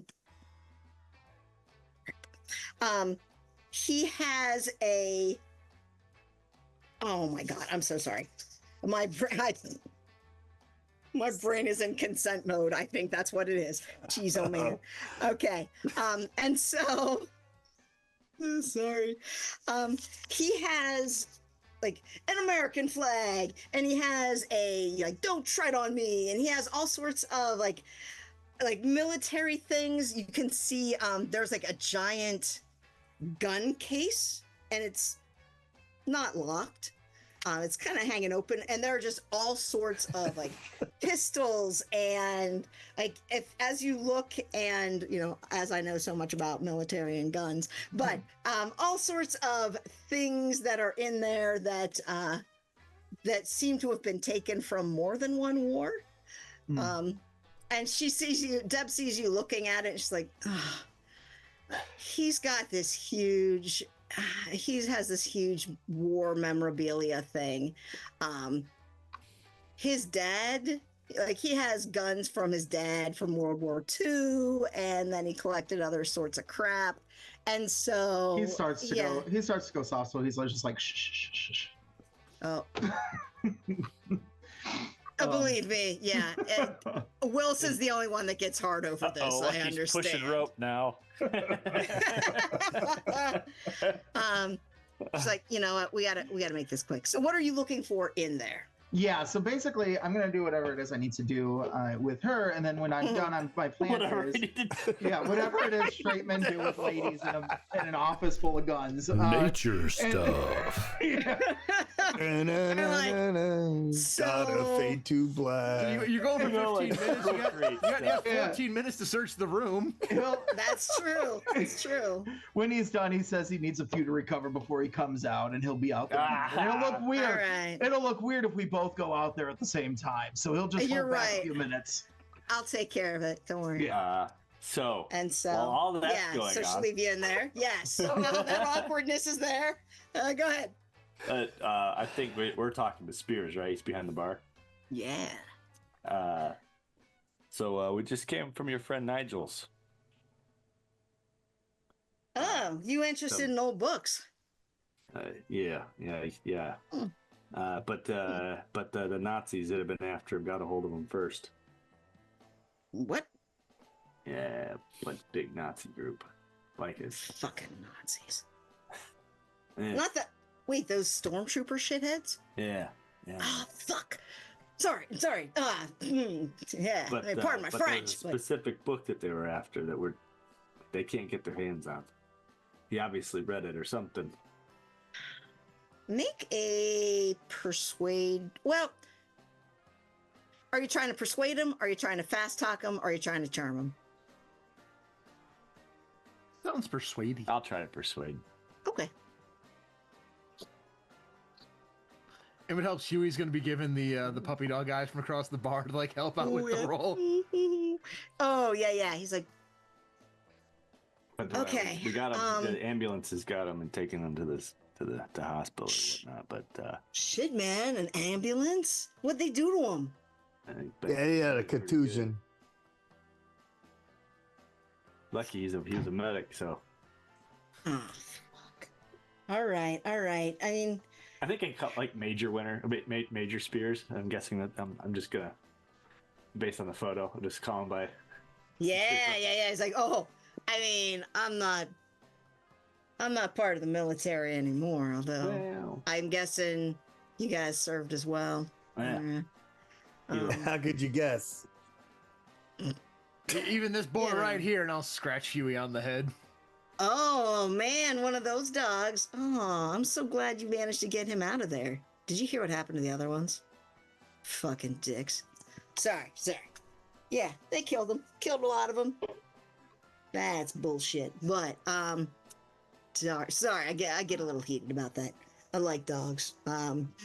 And I like the Atrangers to drink out of a glass. That's pretty impressive. What can I say? I mean, we may have been animals in the war, but we don't need to be animals back home. That's true. No animals here. And then and Wilson looks up and sees Deb walking out, and he's like, says the biker. He's a good boy. Some of them are animals. He just blew up a gas station. Shut the animals. Huey didn't blow up a gas station. Huey's a good boy. Huey was playing fetch with Reggie. Yeah. With Reggie. It's his favorite pastime. It is. It's got no teeth. And so he's like, okay. So There's also, I don't know, somebody called the professor. Is that what it said? All right. Nigel. All right. So this is what Nigel told me. Sorry. And he looks around and kind of like leans in like, all right, let's be. When I say the professor, Let's keep I this look around to see if anybody looks at us when I say it. No one does. No one seems to. And he's like, so Nigel brought this, like, this book to me. He had it all wrapped up. And he's like, it's not safe for me to keep it. Can you hide it? I know you can. I know you've got a stash of stuff. And so just hang on to it. Don't read it. It'll do bad things. It's, he told me it was bad. He looked pretty strung out. Like he was looking crazier than I've ever seen him. Like he hadn't slept in days. He told me that to hang on to it until this professor, this like Jewish lady, would come and pick it up. I mean, that's all I know. Well, we got a meeting that was supposed to meet her here too. Oh, all right. But, if when she gets here, if you want to, if it'll make things easier, you guys can like talk in my office. Usually nothing happens in there, so it'll be fine. Nothing did. Is that when Lucky walks out of the office like smoking a cigarette? Oh, I would imagine they're still in there. This conversation's kind of concurrent. Thank you for that vote of confidence about Lucky. I didn't realize Lucky was such a stallion, Rabbi. No, I'm saying like concurrent as in this is happening at the same He was time. part of the wild horses. I wasn't just sitting there for 15 minutes staring at the bar, figuring Waiting, out which yeah. gin and tonic I was gonna. No. And in fact, he points out, like, while we're waiting for her to come in, take a look at that. And he points up, and over behind the bar, there's a mirror with all of the rows of liquor bottles in front of it. And then there is this giant. Let's see if it's in here. I think it's in here. Oh no, it's not. Okay, that's okay. Giant marlin. It is. There is a giant swordfish that is stuffed, taxidermied, and mounted on the wall. And he's like, I took that down myself. And I don't know if you ever read that Hemingway book, that bullshit that high school teachers make you read. Old Man and Old Man C-section. I don't know what it's called. It's Ew. something dumb. But he's like fighting with this fish. And I mean, that's what some chick told me. The book is direct, but who cares about that shit? But it looks pretty damn cool up there, doesn't it? I caught it myself. And those of you who are at the bar, you can go ahead and make a spot hidden check if you would like.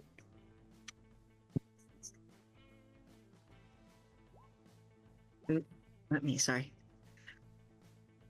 get back to this as well. Oh, yes.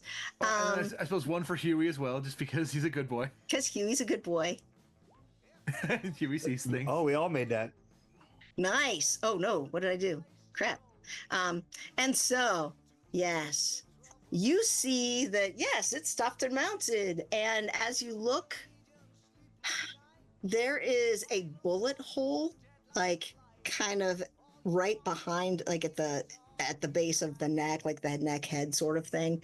So obviously his story of fighting with it and catching it himself was kind of bullshit. And it might have been just oh no, it washed up on shore, and he shot it and then took it because, it looked kind of cool. But that's his sort of Huey thing. puts a paw in my hand as we're all looking at it. As if to convey, I see it too. Look at that, bark. And that's a fish you can't eat. No. Yeah, and so guys, I got a lot of stuff. I will be happy to tell you stories. I got some cool stuff here as well. Oh my God. Have you ever seen, how they talk about taking out, it's sneaking stuff out, demolition stuff? What about your Cambodian trip? I saw a picture of a temple that we we also visited. Creepy noises, dark. Yeah. What were you guys doing there? I mean, technically we weren't there. Yeah, I wasn't either. That must have been a pretend background. We were just, Nigel and I were taking pictures. He went to a bookstore and I helped him get these books. And there certainly wasn't a temple. No. I'd say I want to make a psych check, but also at the same time it feels like he's clearly full of shit. Yeah. Oh, he's totally full of shit. Oh yeah, I was totally in a place I shouldn't have been. Also, there's nobody here that's going to give a shit, so it doesn't. Yeah. I mean, dude. Look, boy, we're just looking for the book. Hey, and yeah, I've got to give it to this professor, but if the professor is okay with it, should be here. In 5 minutes. Oh, and then it's you notice, Chopper, that actually there is someone sitting on the other side of Huey, and there is this hand petting Huey. I'm gonna look at him because nobody touches my boy without asking first. I know, and it's crazy because Huey seems to be okay with this. But she looks Where'd like consent go? it's the 70s. Consent's for suckers. I saw what you did. Consent is very important. Consent is super important, folks. Bark means no. Yes, Mark means Yes. no. Consent and foreplay, very important. All right. Sorry. Let's make this instead. And Thank you so for coming to she our looks TED like Talk. this kind of like squat middle-aged woman. Like if she's 5 feet tall, she's lucky. And she looks like she's about 5 feet broad as well. She has this scarf that's like wrapped around her, bag lady. like her head and her throat. And as she looks, like you only see the left side of her face, and as she turns to you, she has an eye patch over her right eye. Pirate. Is this bag lady from across the street? It is Bag Lady from across the street. I'll turn to her. Hey there, stranger. Hello, my name is Professor Irma Gelstein. Oh, I saw that you were in Ostrander's books. we were just doing some shopping. Well, Huey here, and I'll point like he loves the classics. You know, you give him a first edition Shakespeare or something, and he's content for weeks. Oh, Huey, you've got good taste. And she actually like puts out her hand to shake it. He And puts out a paw. yeah, probably like shake it like yes, folio, those are good. I like it. He needs help turning the pages because you know the little worn back from back in the day, but he manages. I bet he does. He's a good boy. You should see his rendition of Othello. It's wonderful. Oh my. Well, I guess someone's gotta. Well, I won't play his Desdemona. Sorry, sir. And talking to the dog as if like he totally understands this. Which, Oh, he truth does. be He told, he clearly- probably does. He clearly does. This dog is smarter than all of us. All of us combined. And so she's like, "Oh no, I'm sorry. I'm being a little lighthearted, and because I've got some really terrible stuff to talk about." Well, And she would you looks like it- and I'll gently cover Huey's ears. Like, it's okay. You can tell me. Well, this might not be the best place to do that. Mr. Spears, is there a place here that we could maybe talk a little more privately? And he's, well, you know, my office is, if you want to talk in my office, you probably can. Yeah, let's go there. And yeah, sure. And as he starts to walk you over, the other waitress is like, Wilson, why don't you, they shouldn't speak in the office. It's not as clean as it could be. Yes, it was. Why don't you Filthy. just, the back table in the What's that corner, that might be a smell? better place. Why is the floor sticky in the office? What's that spell? Oh, sorry, man. Smells like salt and disappointment. Yes, it does. Oh, Lucky's bed here. Sorry, Lucky. Is there a guy So named yeah, Al if that's you walked want to through? sit in a like back corner of Yeah, I would say of it, by yeah. the breaker maintenance room table might be the one in the upper left corner. Okay, yeah, I think that sounds good. And as she has you, as she sits down, she has this like big purse, like almost like a satchel sort of purse with her, and she's like, I saw that Nigel had some visitors before you showed up.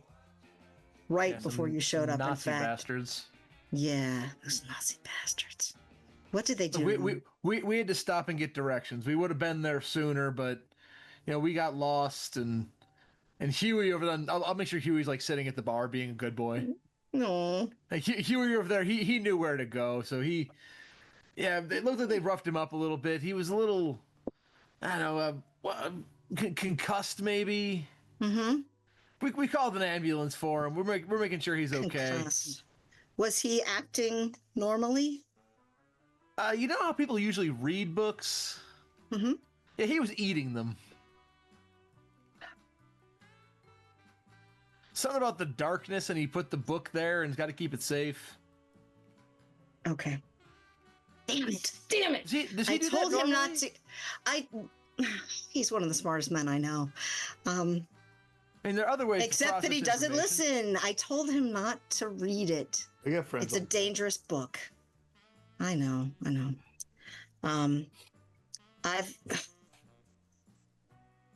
All right. I'm sorry. Let me give you a story because this is dangerous. If Nazis are in town getting this, trying to get this book, and I'm sorry. It's going to be okay. It's going to be okay. As she says this, I'm like, back in 1 second. I'll tell you what, a story deserves a drink, and I'll walk over to the bar and get 2 beers. There also should be keeping an eye on the door to make sure they don't come in. Like, why do you think I picked where I did? Okay. And so it's okay. It's gonna be fine. We've dealt with Nazis in the past. Don't you worry. So have I. And she points at her eye patch. It's like, okay, let me tell you about this. I initially came into contact with this book in early 1943. I was I'm Jewish. I spent some time in Treblinka. I don't know if you're familiar with that at all, but my grandparents never left. Oh, I'm sorry. I'm so sorry. I lost a lot of people there too. I lost my eye. What I didn't lose was my sanity and my hatred. I don't know if you've run into the fellow that... I'm so sorry. The fellow that is with these neo-Nazis, the stormtroopers are such bullshit, such posers. But they're led by a fellow named Gestapo. I don't know if you saw him. He's a big bald guy and big and burly. Oh yeah, Otto von Fuckstick. That's a great name for him. His name is Heinrich Müller. He was the highest-ranking German Nazi leader not captured after Second World War. What he liked to do during the war, he was there for his involved in occult experiments.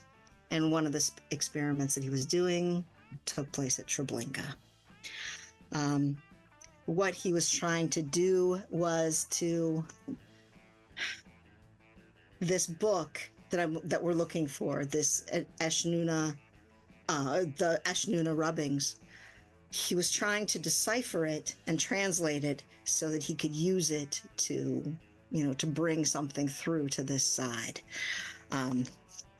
Now, I managed to steal a few pages from it, like just pages in different places. So hopefully it was enough that he wouldn't be able to use it the way he wanted to. But, oh my God, I'm so sorry. And I managed to escape with them. I managed to escape, but in kind of there was a little bit of a tussle, and he managed to put a pen into my eye and pulled it out. And now I feel bad we didn't finish his ass off when we ran into him. Well, he's dangerous. He's very dangerous because he read the book. He tried to do some of the things that were in that book, and I don't think that he is fully human anymore. And as she says this, it's kind of creepy because you've been watching the door. You've been watching. Yep. And actually out of behind close to where your doors are. Let me get this as well. There is a kind of like a hallway with bathrooms. Yeah. And he actually walks out of this door and stands behind her. And like, without you guys even really noticing, suddenly he's there. And he's like leaning over her, looming over her really, and whispering in her ear. And again, he just says, "No, Professor, it's been far too long. I should have known you'd find your way back to this book." This is a private conversation, buddy. Why don't you move along? I'm gonna... Why don't you fuck yourself? I'm gonna use my seal. Ooh, what do you want to do with it? I'm gonna try to repel him. Yeah. Okay. And so, I guess the best thing to do really is to go into initiative with this, so that way we can at least have an order to things. Okay. So, because things are fucked, we're gonna be and so go ahead and as you pull out your seal. Well, it's on my hand. Yeah, and so as you flash it at him, I guess, and he actually recoils. And without even using any of the magic points yet, he recoils. He's like, oh, you want to play it this way? Okay. And he just kind of like claps his hands. What is making you into a meat suit? Yes. The wall next to you, there are actually a couple windows along this wall right here where you guys are sitting. And you actually hear this revving engine, and a motorcycle comes crashing through those windows. Glass flies everywhere. And you see you see one motorcycle come in, and it is our Larry the Boot. And then a second one comes behind him, and you see that knife sticking out of his chest. It's Skyver. And they just like rush in, they drive in, jump off their motorcycles. Their motorcycles go like sliding across the floor. And they're like, "Are you ready for round two?" How clever. And then we have a couple of the others, not the burned guy, because he's not there for some reason. And the other two guys come rushing in through the front door. And so, Lucky, make a perception check. You want make a listen check. Don't hear. You are. That's a fumble. Yeah, you are distracted. You're not hearing anything. I mean, the door is closed. The she's a little loud. Yeah. No, I'm really focused on looking for what I'm trying to look for in here. Her thighs are next to your ears. And so, what do you want to do in here? It is your turn. Yeah. There's nothing out there. Well, first of all, first question is there a window in this room? In the office? Yes. Okay. Second it's a pretty small window, almost like a bathroom window, so kind of high and small. Go ahead. Sure. Yeah, no problem. So I am going to... I'm going to do exactly what I thought I was going to do to begin with, and that is I'm going to look at the weaponry. You said there was a lot of weapons in here, firearms. Oh, yeah. I'm looking for rifles. Are there rifles in here? Yes. Is there ammo in here? Make a luck check. Because is he the kind of guy who keeps his ammo with them, or is it, or does he keep them loaded, or is it just somewhere else completely? You're not seeing any ammo. Oh, wait. I get a bonus die on it, right? Oh, that's right. Because luck. Hey, I can't spend luck on luck. That's really unfortunate. That sucks. Yeah, the ammo, at least at first glance, you're not seeing any ammo around. but Okay. you find the gun that you want. Yeah, so I'm gonna start. My goal. Oh, I'm looking for stuff right now. I will make that my turn. Okay. Mhm. Okay. And so let's go ahead, Chopper and Dusty. You guys are next. So I should ask, because I just said we got beers at the bar. Are they in a bottle or are they in a glass?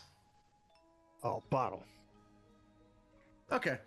was gonna say, which do you prefer? Would it be draft beer? Would it be bottles? Oh, no. Chopper was just grabbing the cheapest stuff quick and back to the professor. So I'm going to take the bottle in front of me of beer, smash it on the table, and try to, not necessarily the big guy, not Otto von Fuckstick as I've so deemed him, but one of the guys who crashed into this bar and just be like, have some manners, asshole. Nice. Excellent. Try to smack the knife in the guy. Do you want to smack him, or are you just trying to intimidate him? I'm trying to smack him. All right. Yeah, go ahead and make a brawl. I only have a 30 in brawl, but we'll see. Nice. Oh, but it's enough. Yeah, and go ahead and roll for damage. With a bottle, let's say that's a D. Ooh. Did you break it before you? Oh, yeah, I hit it on the table and then... And then go. Make it a D4. Or it should be a D6. I don't know. I'll take a D6. Let's go D6. Why not? It got better. It's a 6. Yes. You bet. And so, and you had Larry the Boot and Skyver, and as they're standing up again, and you just smash Larry right across the face. Like it slices with the 6 points. It slices through his cheek. And you actually see it kind of like flapping, and you see his teeth and jaw through the cut that you have made. Hey, buddy. That's super gross. Did your mama not teach you any manners about going into a building? You use the door, you savage. And We he's are a like, civilized biker gang. That light gas station. A dog is our president. Clearly, we're the nice guys. you are the nice guys. We're the devil's Pistons. Because Satan's phalluses was taken. Yes. Satan's Satan's ball sack. All right. Dusty, go ahead. I'm like, well, looks like this jungle needs chopping, and I'll like unsnap the machete off the side of my chaps, and whatever dude came out of the window, the first one. Oh yeah, Skyver's one, and he's got his own knife. Yeah, looks like you need a second one. Excellent. Go ahead and brawl, I guess. 34 with a machete. Nice. Go ahead and roll for damage. And I think the Damage, it's is already on there. Oh, the damage too. Yeah. Yep. Okay. All right. And where do you hit him? I just hit him like in his like the side of his thigh. Ooh, nice. And so, and it cuts in. He's got he's got leather pants on, so it's giving him a little bit of protection. It would have been a worse cut, but still, it's just a scratch, but 'twill do. Time for me to extract my pound of flesh, buddy. Oh yeah, baby. All right. And now we have you go at 70, you're at okay. And so these guys are at 60. All right. And so we have Gestapo, who is standing behind the professor. And he just leans down and grabs her around the neck, puts his arm right around her neck, and yanks her out of the chair. What does he go at? What number? He's at 60. Oh, okay. Yeah. So it's like, lucky you're at 80, Dusty and Chopper at 70, Rabbi's at 55. Yeah. Sorry. No, you're fine. We're fine. How do you not know these numbers that I haven't told you yet? Jeez, come on, man. I knew I was last. Yeah. So, well, not I completely initiate, last. but I go last. Yes. He jerks her out of the chair and just holds her and starts takes a couple steps backwards. He's like, there's no need for violence. Well, not much violence anyway. Larry is going to try to attack Chopper, and he's going to pull out a knife as well, and he's going to try to strike at you. Oh, he's going to fail miserably. Okay. And just like kind of swings and misses, and Skyver turns to Dusty and he's like, "You cut my pants, man." That's the first one. And he pulls out almost what looks like a club, like a policeman's billy club sort of thing, and strikes at you and actually hits you. Would you like to... Oh, I'm so bad at this. Would you like to try to dodge or fight back, or what would you like to do as he tries to attack? I'll fight back. All right, go ahead and fight back. Yeah, because only pussies dodge. Yeah. So be a machete roll to fight back. Yes. And actually, Chopper, I'll go back too. And extreme success. All right. Extreme damage. So not only do you, as you swipe this machete up, you actually, oh sweet, You slice off his devil's piston. and I was thinking, like, you hit him, and like as that club is coming down toward you, you actually slice his wrist, and his hand just falls off. It's like you that cut angle. through his It's wrist. at that angle like you cut bamboo. Yes. Lots of practice in now. That's a practice. And he just shrieks in horror as he looks and sees, like, blood. You know, instead of this really cool thing he was gonna do, blood is just spurting out, and just like gouts of blood, and he just like wraps up. He's like, Always Gotta hand trying and to he it to you, curls Dusty. into himself. always trying to get a 5-figure discount, huh? Oh my god! And Chopper, if you would, like, he missed you, but do you want to fight back? I should have given you that option. Yeah, you know, if I'll take a swing at him with the bottle. Let's see. Yeah, no, that ain't gonna happen. That's a fail. Yeah, no, that's okay. I mean, like, that first, like, it was so good, and then as he's coming in with that knife, you're just like trying to defend yourself, and like nothing. You actually like hit his hand, so he doesn't hit you, but you do no Right. damage to him. That's fine. Yeah. So we got those two. We have Rabbi's there. We don't know where Lucky is. One of the other guys who came in the front door comes running in, and he's like, "Where's the son of a bitch that set Billy on fire?" And is just coming in with this giant axe, and he is going to eeny, meeny, miny, mo, catch a tiger by the toe. Yes, the action that keeps on giving. Yes. Sorry. Oh no, stop. I'm caught on everything. Man. It's all going to hell here. Okay. Chopper, he's gonna strike at you, and he's gonna get he has a hard success. So I if can you try. want to, yeah. I will try to fight back anyways, even though the dodge isn't much better. Right. And I'm Yeah, gonna, because like you're like coming off of Larry the Boot, I'm gonna have you do it with a penalty die. I'm sorry. So that's a 78 over 30. That's a fail. Okay. Yeah. And so I'll take some he damage. yeah. He comes at you and manages to sorry, wrong. Not rolling those ones. Ooh, he only does 1 point of damage. Boy, he sucks. Oh, he sucks. He sucks. But and he's upset about his friend Billy, who was Billy Burns. Ironic name, but there he is. Billy got burned. Billy got burned. Flammenwerfer. And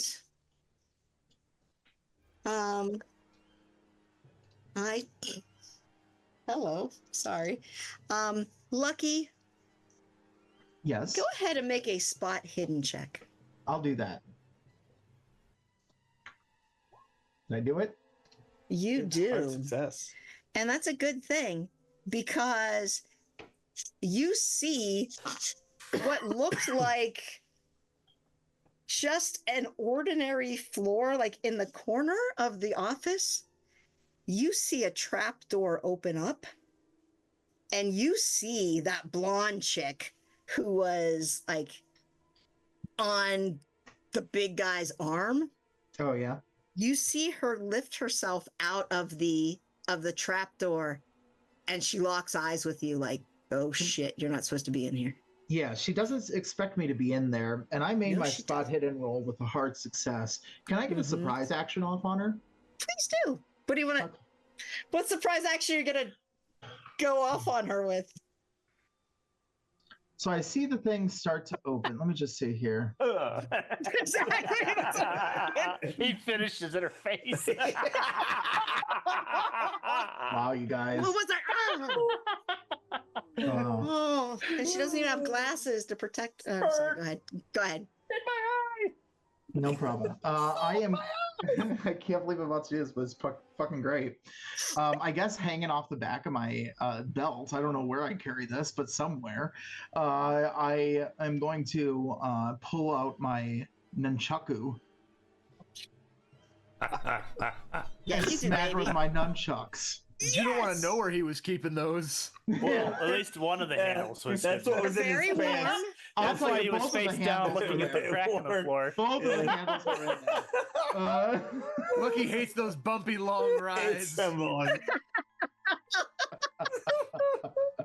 Oh God! If anyone is still in the chat, I'm so sorry. Do I get a bonus because of a surprise or no? Yes, you get a yes. Better hope You so. absolutely should. No, Oh, I'll spend 7 luck. you can't spend on combat. Yeah, you can. On a fighting roll? No, I thought it was just on damage. You can't spend luck. no, because it's supposed to be. Well, I don't really Because know. like you can't push because then there's that choice. But you know what? It's Grindhouse, and I feel like Grindhouse, like crazy bullshit happens, and you're lucky. So use that luck. Use that luck right now. All right. Use it all up. Yeah. I'm gonna 4 use you it have all up. left. Yep. Yes. Hey, I have 23 left now. Less. Right. Okay. And so that's 8 points of damage. Oh my goodness. That's a lot of damage. Where do you hit her? Well, I guess you probably just hit her. Like, do you hit her across I mean, her the head's face? coming up, so like I Yeah. think that's what I'm It's hitting like as soon as it pops So up, like, like bang, whack-a-mole. Like bam. right in the mouth or I something. feel like he takes a nunchaku and shoves it right into her mouth. Like, Oh man, yeah. That And pulse you- nut tastes like sweat and Oh, that's the worst. And I don't even know if like the pain or the taste. I don't know. But you smack, it comes through, and you hear breaking. Her nose kind of shifts to the side. Her jaw, like her entire face feels like it just shifts over. And her neck almost like snap, like you hear the snap of her neck. Not a fatal, deadly snap, but still just like a crack, as in like it is just pushed so quickly. Does she pass out And- from the pain? She actually, like, I better make a luck roll for her. Okay. She starts to drop back in, and her hands like manage to grab on something, and so she doesn't fall the whole way. You can still see the top of her head, like top of her head. But you put a hurt on her, and you just hear her scream, and just like blood is gouting everywhere from her. Oh, that's awful. Free chiropractic. Yes. Oh, you lucky dog. Rabbi, go ahead.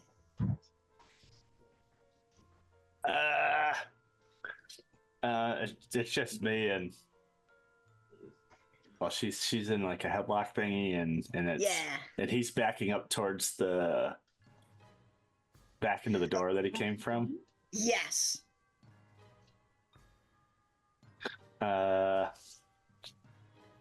Yeah, I'm gonna start going like backing away from him towards the bar, like this direction.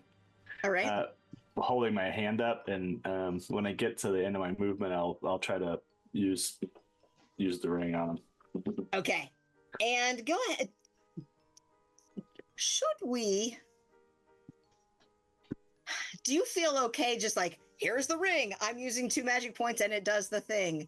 Or do you want to make a roll and depending on your roll, that's what will happen? That's up to you. I don't know if it's more interesting for you as a player to be like, no, I mean, it doesn't I just say used what my to ring. do. It doesn't say what to use for anything. It just says that you can use 2 magic points. So that's up to... So I guess you're going to use 2 magic points and it's going to repel him in some way. What is it going to do? I would say it repels him, but if you want something for luck, let's see if he's able to hold on to her when he goes backwards. Oh, yeah. I'll do a luck roll, I guess, for that, or... I think that sounds good. Okay. Otherwise, she'll go with him. Oh, yeah. Or a power roll. Would that be a power? Let's go power. Okay. Because you're using magic points, you might as well. Mm-hmm. Okay, and so as you use it and like he starts to move back, she goes with him. Like he pulls her with him as he takes a step or 2 back.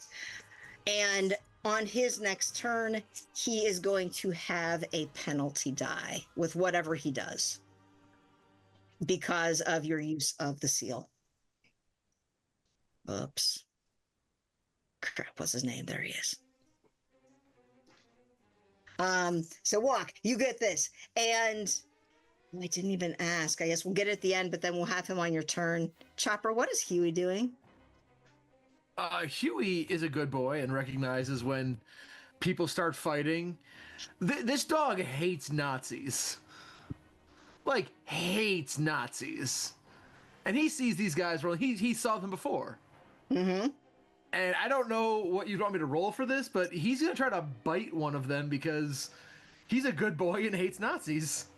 Let's have it, because, wow, I should have known that Huey would be, I should have made a character for him. I didn't think. Go ahead and make a, we're going to say that his bite attack is 40. How about that? Because he's a good boy and he's trained to do those sorts of things. It's a 64. He's getting he's caught up in the hullabaloo around us and the weird repelling. Mm-hmm. And I mean, and also he's a good boy, so he knows that he shouldn't attack humans. But Nazis aren't really humans, and so that's kind of the confusion. No. Yeah, so like I shouldn't bite. Oh wait, but he's a bat. I should bite, and just doesn't quite get there to him. As he runs forward, say, Huey, balls, and point to the Nazis. Bark, bark, bark. Fetch him. Okay, so that'll be, and then he will go on your turn. Okay. That would be terrible. I can't wait. And so, oh my God, I can't believe I have Billy Burns. That just cracks me up. So top of the round, Lucky, go ahead. I think you skipped me. Did Chopper just go? Oh, or was that? No. It was he. I went back for Huey because I realized I hadn't had Huey do anything. The goodest boy, the Nazi hunting dog. Yeah. Alex puts the dog stats in the chat. Did he really? Oh, nice. Did not It's do official. That's official. Yeah. Oh my God! You know what you didn't do though? His Hebrew language skill is not on there. Yeah. Oh yeah, that's true. His library use. He's been so good. Oh my God! I hope you're enjoying this. All right, I'm sorry. Go ahead. Yeah. Lucky is going to do a combat maneuver against her. Okay. I am going to grab a hold of her hair, pull her head just up to the edge of the floor where the trapdoor is, and then I'm going to curb stomp her. He's gonna make it. God! Or instead of stomp, you slam the door down on her head while she's got her teeth on the ledge. All right. Lucky, honest to God, it's probably a brawl. I don't know what the hell it's going to be, but oh my God. Well, if you think it's something else, make it something else. Well, yeah. Give me a suggestion, I guess. And whatever it is, you're going to be doing it with a bonus die because that's just freaking cool. And because she's lower than you are, and so like you've got more, you're in a more powerful position. That's true. That's true. All right.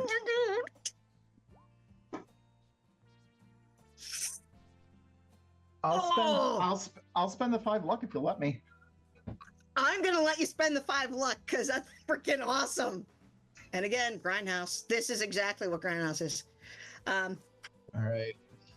Oh my God. All right. What do you want me to roll for damage on this? Curb stomp.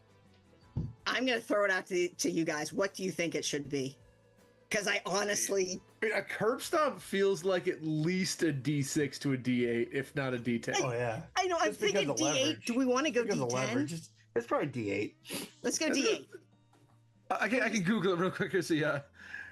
Isn't that really like a curb stomp? Yeah. What are the stats for curb stomp?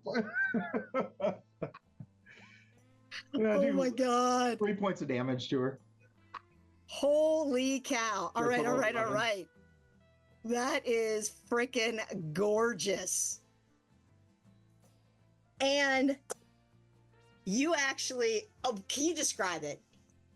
Yeah, I Or mean, do you I want grab me a to- hold of 'cause- I grab a hold of her hair and said, "You should have known better." And then I just put her on the edge, and I let the yeah, God, she's a Nazi. Yeah, so I just land my boot just square on the back of her cerebellum, shoving her head into the wood so that it kind of cuts into her mouth.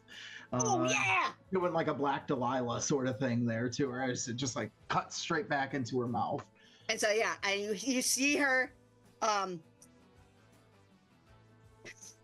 you can hear the tear of her like as her skin tears as her mouth goes into that floor. You can hear the teeth shattering, and you just see like a scattering of like, oh my God, dental bits everywhere, like teeth and blood. And you think you might actually see a little bit of gums, and that's weird. And the tip of her tongue comes out as well and kind of like rolls as she it gets kind of bitten off in the process. And she actually just collapses. That you take her out. Since I have a hold of her hair, I'd really like to just drag her up into the room if I can. Oh, please do. Yeah. You drag her up, and I mean, she is dead. She is bleeding. She looks like shit. And Nazi bikers must die. And she did. Mm-hmm. I'm sorry. What else would you like to do now? That's it. That's it. That's all I could probably do, I assume. That's Okay. that post-coital bliss right there. Yeah. Oh man. Just light up another cigarette. Just, yeah. Do things I love Lucky in this world. strike. Two It's a lucky climaxes in strike. one Killing night. Nazis. I guess if I can do anything else, it's just put the nunchucks back where I took them from. I heard that my oral was killer, but who knew that? Told you he was a tongue guy. Yeah, she gave the best head right there. Oh my God, I love it so. Oh my God, I love you all so much. Chopper and Dusty, go ahead and just have your very boring turns after that really cool one. Go right Yeah, ahead. I mean, where do we go from there? Yeah, right. Dusty, I'll let you go first because I'll take you afterwards. So I was gathering that I was kind of like middle of the room. Mm-hmm. Is that where I'm kind of at? So Yes. is Skyver still doing anything like with his hand or whatever? He is. I mean, he is really just like curling that stump into him and trying to stop the bleeding. He is not. Right. He is not actively fighting you anymore, but that doesn't mean that you can't attack him. I'm gonna like kick the table into the other Nazis. Like just put my boot up on the edge of the table and just kind of kick it as hard as I can into the dudes, kind of bowling them over. And as I do that, I'm kind of reach back and grab the knife that's in his chest and just pull it out. Oh my God! Yes. Okay. Yes. All right. So we got to make a couple of dexterity checks first, and let's do the coolest one first. Let's do a dexterity for that knife. Oh, hold on. Ooh, initiative. I roll initiative. 3. Okay. I'm a knife guy, baby. Tell us. Gonna call you Blade. All right. As you pull that out, and like the leather straps just snap as you pull that out. What happens to him? What does it look like? I feel like he's trying to like grab it, but he grabs with his stump, and so there's no hand there to grab a hold of the straps. But like, Slurp. I'm like, oh, time to evacuate this from your chest. Nice. Hey, and it was carbon steel instead, so it's jagged and rusty. As you Right. pull it out. Oh, And it's doing damage on the way out. right, I just take my other foot and kick him right in the chest and push him back onto the ground. As he folds back over, it sounds like the sound when you break a chicken wing as his knees just crack as he falls over. Yes. And even as that knife is coming out, and because it was like it had missed all of these vital organs when it went in, and because they knew that something bad would happen when it came out surgically, when it just came out, I don't know, brusquely, boldly, and there are just like blood everywhere, and you actually hear like the sucking as if it has like nicked his lung as it came out as well. And so as he's like snaps back and like everything, he dies. He is gone. Right. 2 Nazis dead. And then and then the table. The as table? you kick the table, go ahead and make another dexterity check. No. Okay. And that's all right, because as you start, as you're pulling back and as you start to kick and you realize that Huey is near those guys. Don't hurt Huey, And man. so, and so like, oh my God, if you kick it's like you're trying to pull your kick so that it doesn't hurt Huey. And so like the table kind of shoves a little bit, but it doesn't go where you want it to. Huey, you're in the LZ, baby. This shit's hot. Oh, you bark. Come on, dog. So, how many Nazis are left in the bar currently? Because there was the guy backing out. We have Larry the Boot, who is, I think he's the one that is with you. Yeah. Okay. There are 2 that are coming in the front, or like that, and Huey went for one of them. There's another one kind of behind that, so there are like 2 mooks coming in from the front door, and then Gestapo behind. I will swing at the guy closest to me. Okay.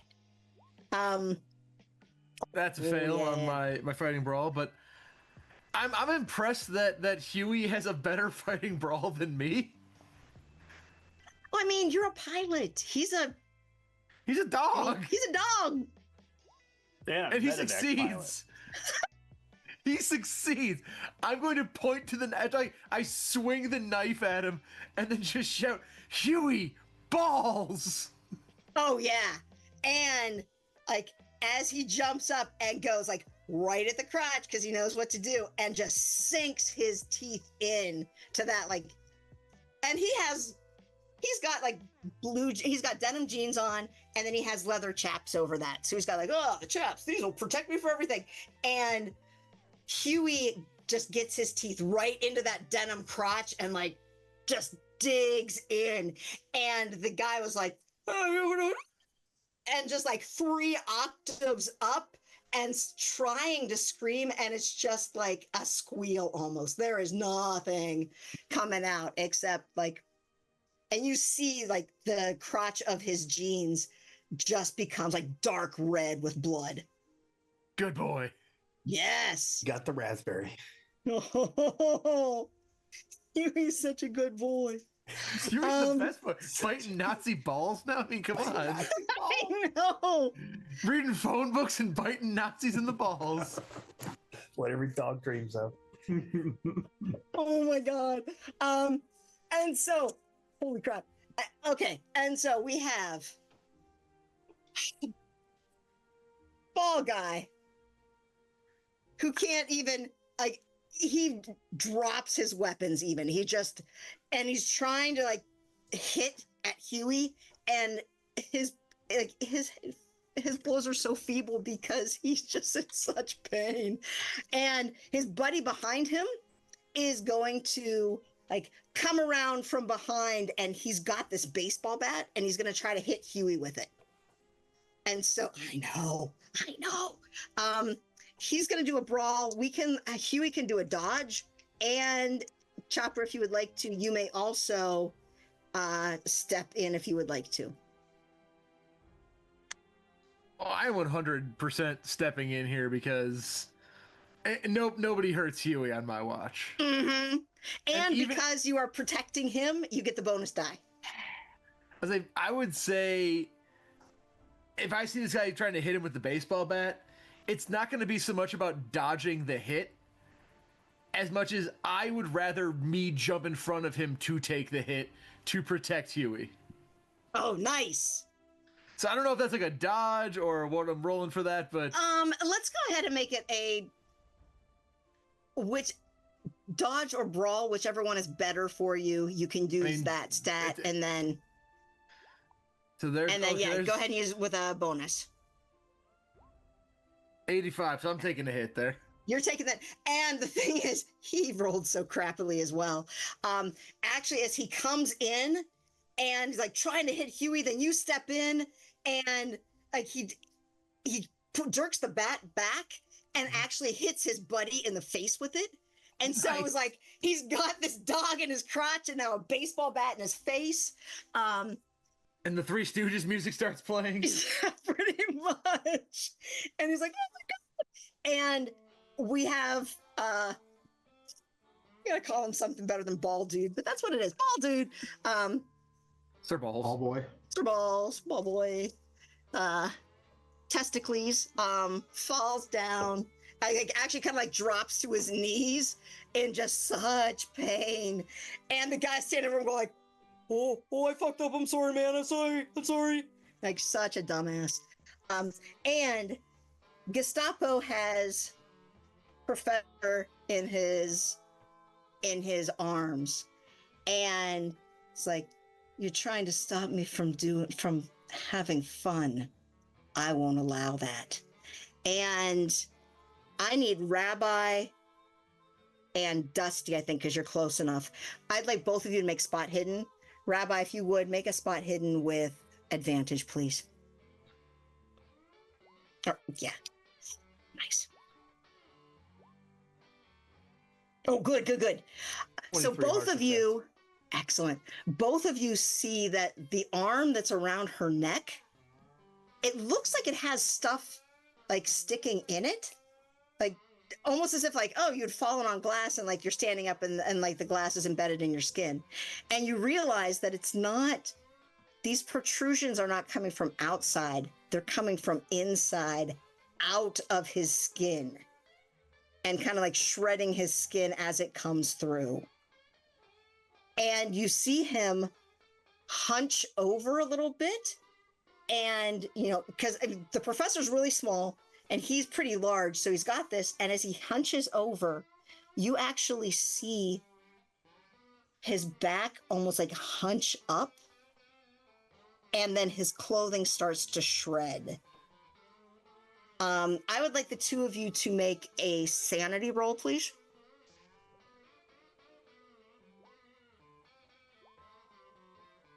Okay. So, Dusty, you've seen some weird shit, so you're not going to take any damage, any sanity loss. Rabbi, I'm going to have you take 2 points of sanity loss.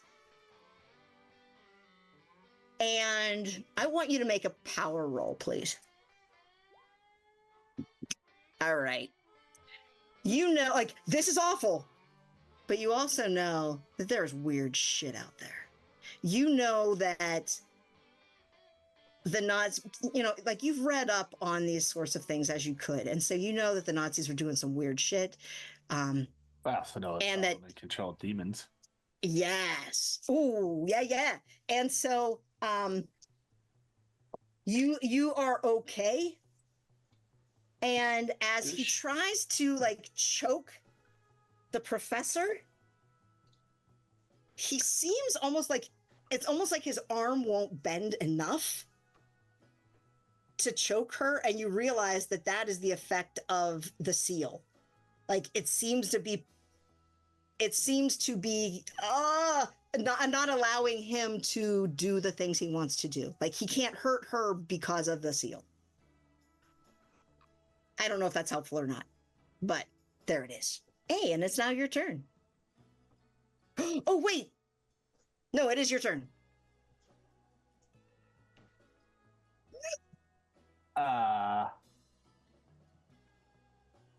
Yeah. Where is the Major at? Where's Pierce? And that's a good question. His bar is getting destroyed, and he's got a whole room full of guns. What the hell is he doing? He does. And in fact, I think you're going to find out after your turn. Okay, because I'm trying to get to him to get the book from him. Okay. So I will go back further so that I'm closer to the office, like right in this area. Okay. All right. Well, the last place you saw him was behind the bar. Yeah. Well, that's why I'm. I don't know if that's here. Okay. Like to this area, so that I'm either by the office, the liquor closet, or the bar to see if I can. I gotcha. Him. Yeah. And I'll use another 2 points on him. Okay. And let's have you make a spot hidden. Okay. I'll spend the 1. Okay. You actually, from where you are there, you can actually see that there was a trap door behind the bar. And, oops, sorry. And he the trapdoor bursts open. He comes up and he has a frickin' flamethrower. Glad I moved it. Yeah. And he's like, goddamn Nazis in my goddamn bar. What's going on? And he comes up out of the trapdoor. He jumps up onto the bar, and so he's standing on the bar, legs spread, and just he's got this gun. He's like, which of you bitches is going down first? So that's where he is. Let's start at the top again. And and I saw. Did you want me to do another POW on him? Oh, yeah, please do. I'll spend the 2. Fudgy nuts. I'm just going to burn through all my luck today. Okay. I don't want to hear about it.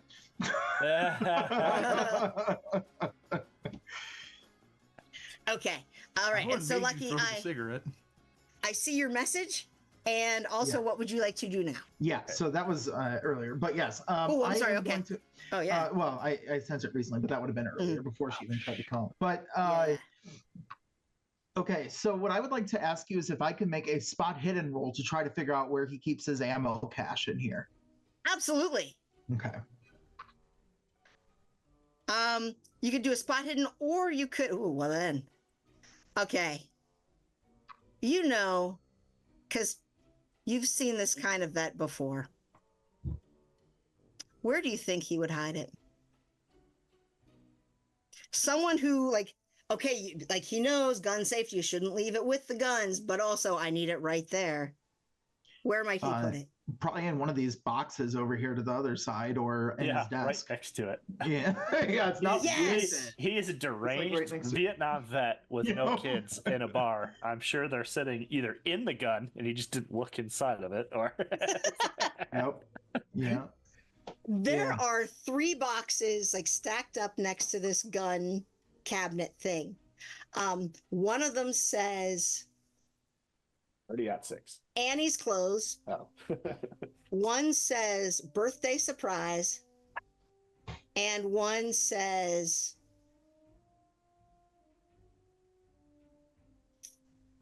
fireworks.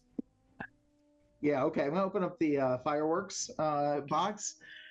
So just so I can get an idea, how many rifles are there here? There are 2. Okay. And the rest are handguns, I assume? Yeah. Okay. And yes. So I'm going to load some clips into them. Okay, well, in the fireworks box are grenades.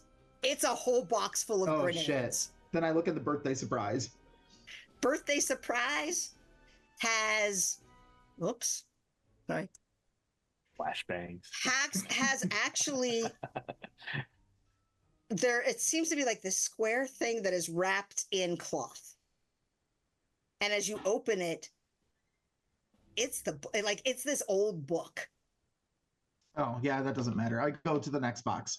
All right. In the Annie box, there are some ammo clips in there. And then just there like, you go. and it's weird, like it's all just scattered, like shotgun shells and like all sorts of ammo just like thrown in together. Yeah. And at this point, do I hear the shit going down out front?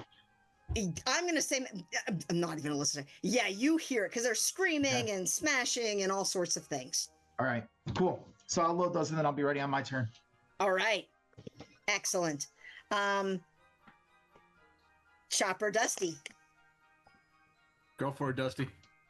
So with that 23 spot hidden, I saw him, whatever. He's behind me, but he's trying to back out of the bar. Is that right with her? He seems to be like into this back hall where, and there's a sign that says like restrooms. Well, with the past that's where he showed up from too. I'm sorry. No, I'm sorry. I didn't mean to interrupt you. No. I think I asked you to do a power roll, then I got distracted. Yeah. I was gonna say, did that get her to drop her or? Because it was the power roll on. It gives. Or whatever you want to do. It's a weird thing because like you pass the power roll, so like he starts to loosen his grip, but it also gives her the opportunity to bite down into the arm that's holding her. Yep, and so as she as she bites, she actually, like, you see some liquid come oozing out. It is not blood. And she actually screams. And as she pulls her mouth back, you can see that, like, her lips are cut as if, like, the things that are coming out of his skin have actually cut her. And so that's what your power roll did, allowed her to do that. Hurt herself. I mean, that's still awful, but like it gave him some pain and he slacked off a little bit. Oh, thank you. Thank you for keeping me in track too.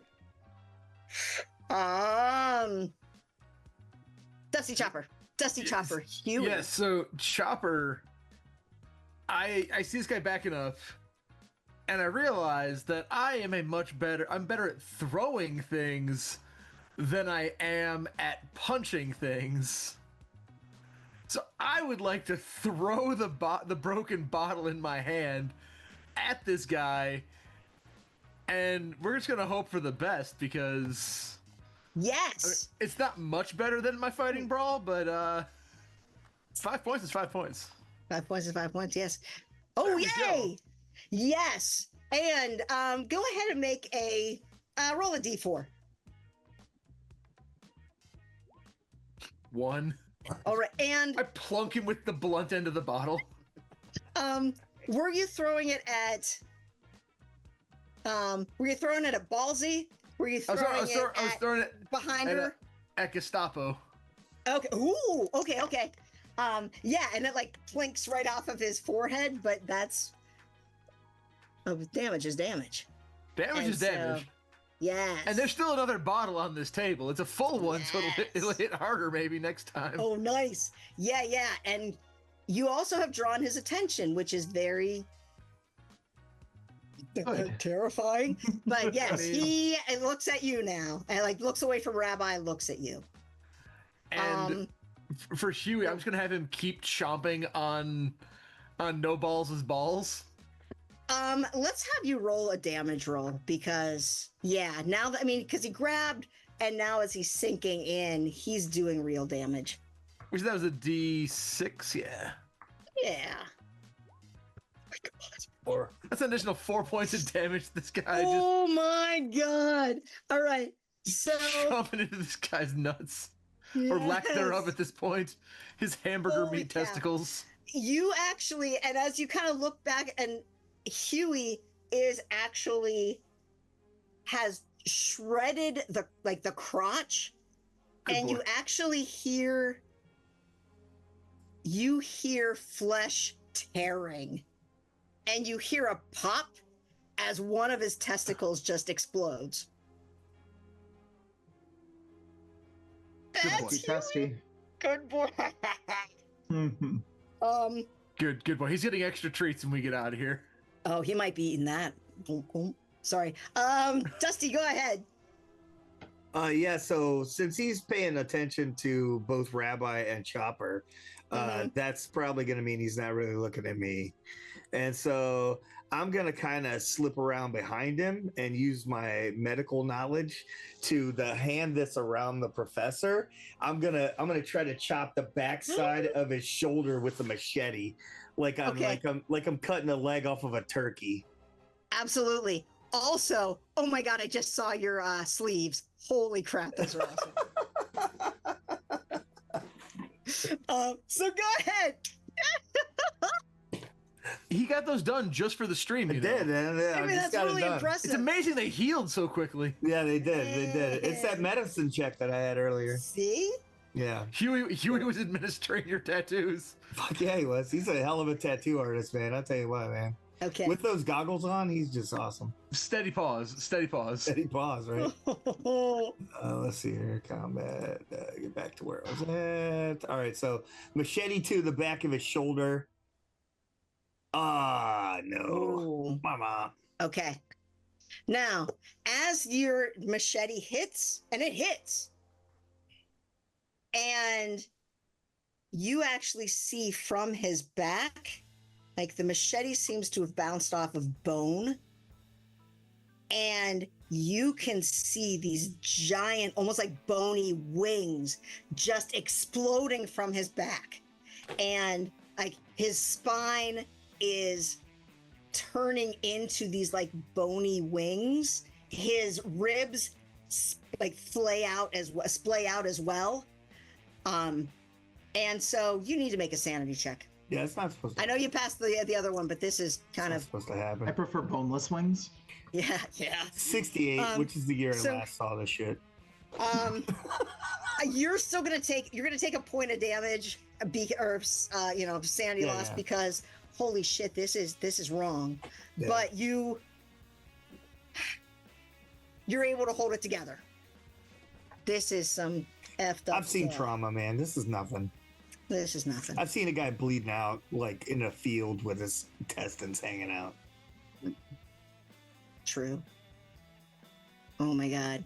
Ballsy is just trying to stay up, and he is doing a bad job of it. He's literally down on one knee. He is pretty he just close bally to now? done. There's no ballsy, he's just bally. There's no Or crying in ball-less. Nazis. Oh. And so he is just like kind of like flailing uselessly at Huey, trying like there's no even power in that anymore. The fellow behind him is going to try to again strike at Huey with the baseball bat, and so you can step in if you want to. You know what? He misses, so it's so embarrassing. Yeah, he misses horribly. And Gestapo, as he is starting this transformation, and now all of you can see that as these wings are coming out, he takes, oh crap, no, he has to roll. Okay. All right, good. Okay, sorry. He drops the professor, and his almost like his wings flare out, and he just like he looks like he jumps, and he jumps straight through the roof, like smashes through the roof of this bar and flies out into the sky.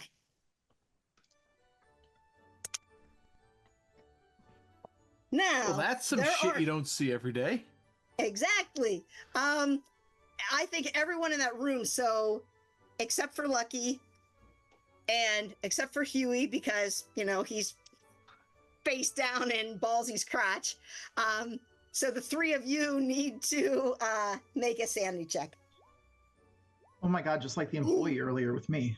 Ooh. Oh my gosh. Okay, so good. Chopper. 2 hard successes. Awesome. Oh, Chopper. Yeah, go ahead and that's make a not power great. roll. All right. I know it should be like immediately do something, but Hard success. Okay. So, Chopper, you were such a good friend. yes. Take care of Huey. Take care of Huey for me if I die.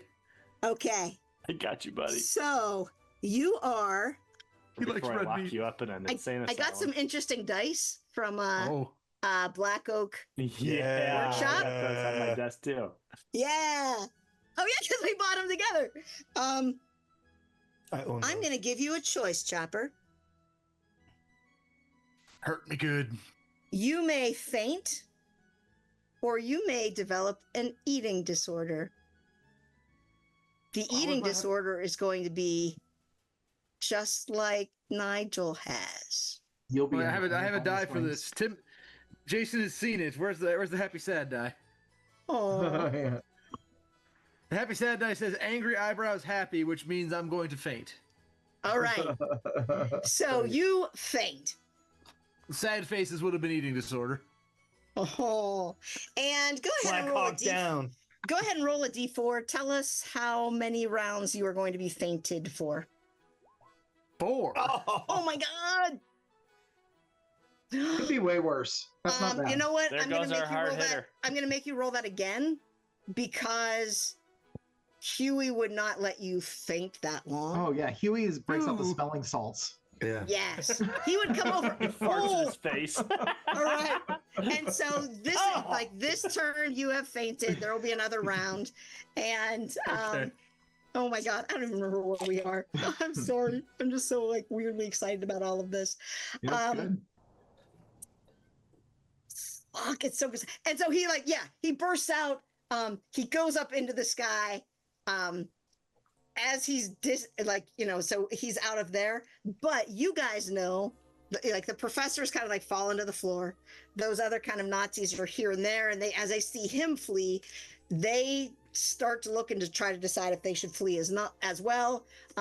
Larry the Boot. Flamethrower. Yeah, Larry the Boot's trying to take off. Fellow is going to leave his buddy Ballsy there. He's going to try to run out the front door. And there is also like the smashed window. There are places that if you decide you want to go outside, you can. But Rabbi, go ahead. Pierce, where's the book? Wait, who did you ask? Pierce. He still had the book. Spears. Okay. Pierce, Sorry, Pierce, my sorry, brain. Pierce. I was like, he's Pierce. I got MASH in my head. it's in the office. I put it it's in a birthday box. Okay. I will run in there as fast as I can right. to. Okay. It ran out. Go get the chopper. And he just kind of like yells that to the group. What? Uh, I run in and there's a pantsless Lucky. I don't think you Standing get in. over Lucky, the did you corpse. actually like put your pants up? I don't think you get in. Because Oh, that's right, 'cause he- out. Yeah. As you locked try it? the door, it's not opening. All right. So what do you need? A running strength check to try to smash through it? You can, yes. Or if you want to just yell to him, you can as well. It's. Well, I don't know. I don't know if he's in there. You don't know he's in there, yeah. It's just you just knock the shit out of that. My recovery time is shit. Hey, nerd power. Oh my God! Nerd What does it look like strength. as you go smashing through? Like a very small linebacker. Like this little dynamo. And Oh, yeah. Lucky, you're in the office and you're just like trying to load these load these guns, and suddenly the door just like splinters and it like comes off its hinges. The chair that was blocking it Perfect. just shatters and splinters go everywhere. And you Perfect. see Rabbi standing in the door. I just go, where's the Just book? looking as fierce as possible. You see me, and I heard you say, "Where's the book?" You see me like putting the last clip into a rifle, and you see the chick with the Yeah. Black Delilah smile going, and he just says to you, "Birthday surprises, get the fuck out of my way." We run past each other. I've Yeah. seen this before, sort of. Yeah. Yes. Is it my turn next? Is that right? It will be, yes. Yeah. So So yeah, go ahead. I was ready, so I grabbed the rifle that I have, that I put a clip into. I reached my fist and grab a hold of the lady's hair that I just curb stomped, and pull her up with my 60 strength and hold her in front of me. Put the rifle over her shoulder and move into the other room. I'm going to take a shot at whatever Nazi's trying to leave out the door. Yes. Okay. So as you go out, and so her her jaw's like dangling, and her meat shown is like her face is kind of like all shifted to the side. As you pull her up, like you hear some more teeth falling out. Pieces of like shake as she goes, and as you walk out the doorway, you see Larry the Boot running out of the window that they smashed through. You see some random Nazi trying to run out the front door, and then you see this giant hole where something smashed out. Okay. I'm gonna say you forgot your girlfriend, Larry the Boot, and hopefully that might take him off his guard, and I'm going to shoot at Larry the Boot. Oh, nice! As a surprise, because he doesn't see that coming, I don't think. Oh, no, not at all. Surprise. Especially when it's from behind. And you should, because it's a surprise, you should make that with bonus die. All right, I'll spend the 1 luck. I want you to spend that 1 luck. Yep, I do. I want it. And so go ahead and roll for damage. I should have rolled to be at the thing. Oh, no, I don't have a thing on that. What kind of rifle is it? It's going to be a Dar 6 rifle. I don't know. Yeah, if usually military, it's like 2d6. it'd be 30-6. Yeah, 2d6 plus 4. Okay. 10d10, amazing. What? 9 points of damage. Oh my god!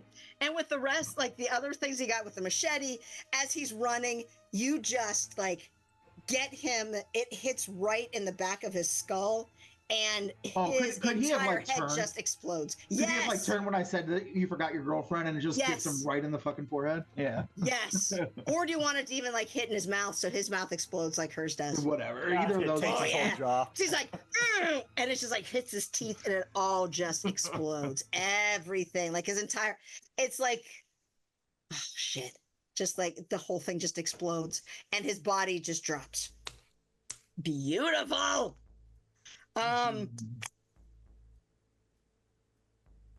Chopper has fainted. Huey and Dusty.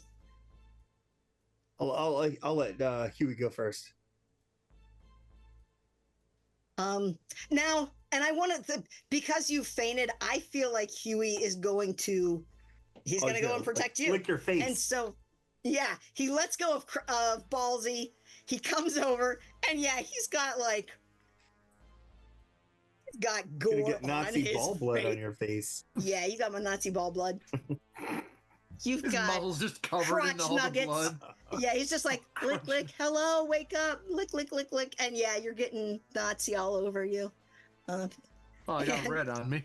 You got little orange on you right there. So have any of these Jesus. Nazis made it out of the place? Like they went through the windows, right? Because they left their bikes in here. So like, yeah, Larry the Boot was trying to run out the window. He was shot in the head. Skyver is down. Harrow is down. Ballsy is just lying there. He is just about dead. And there was a guy running out the front door. okay, so that guy that's running out the front door, I'm gonna let him get a little bit, but I'm gonna dive out the window, and my bike is parked like right near there, so I'm gonna get the bike and grab that tow chain, and I'm just gonna kick the bike, start it, and just jump on, and I'm gonna run out and just kind of like hit him in the back of the neck with the chain. Oh, nice! Now, I will tell you this. Once you get on your bike, and once you get out there, go ahead and make a spot hidden check. Because this might change, could potentially change things.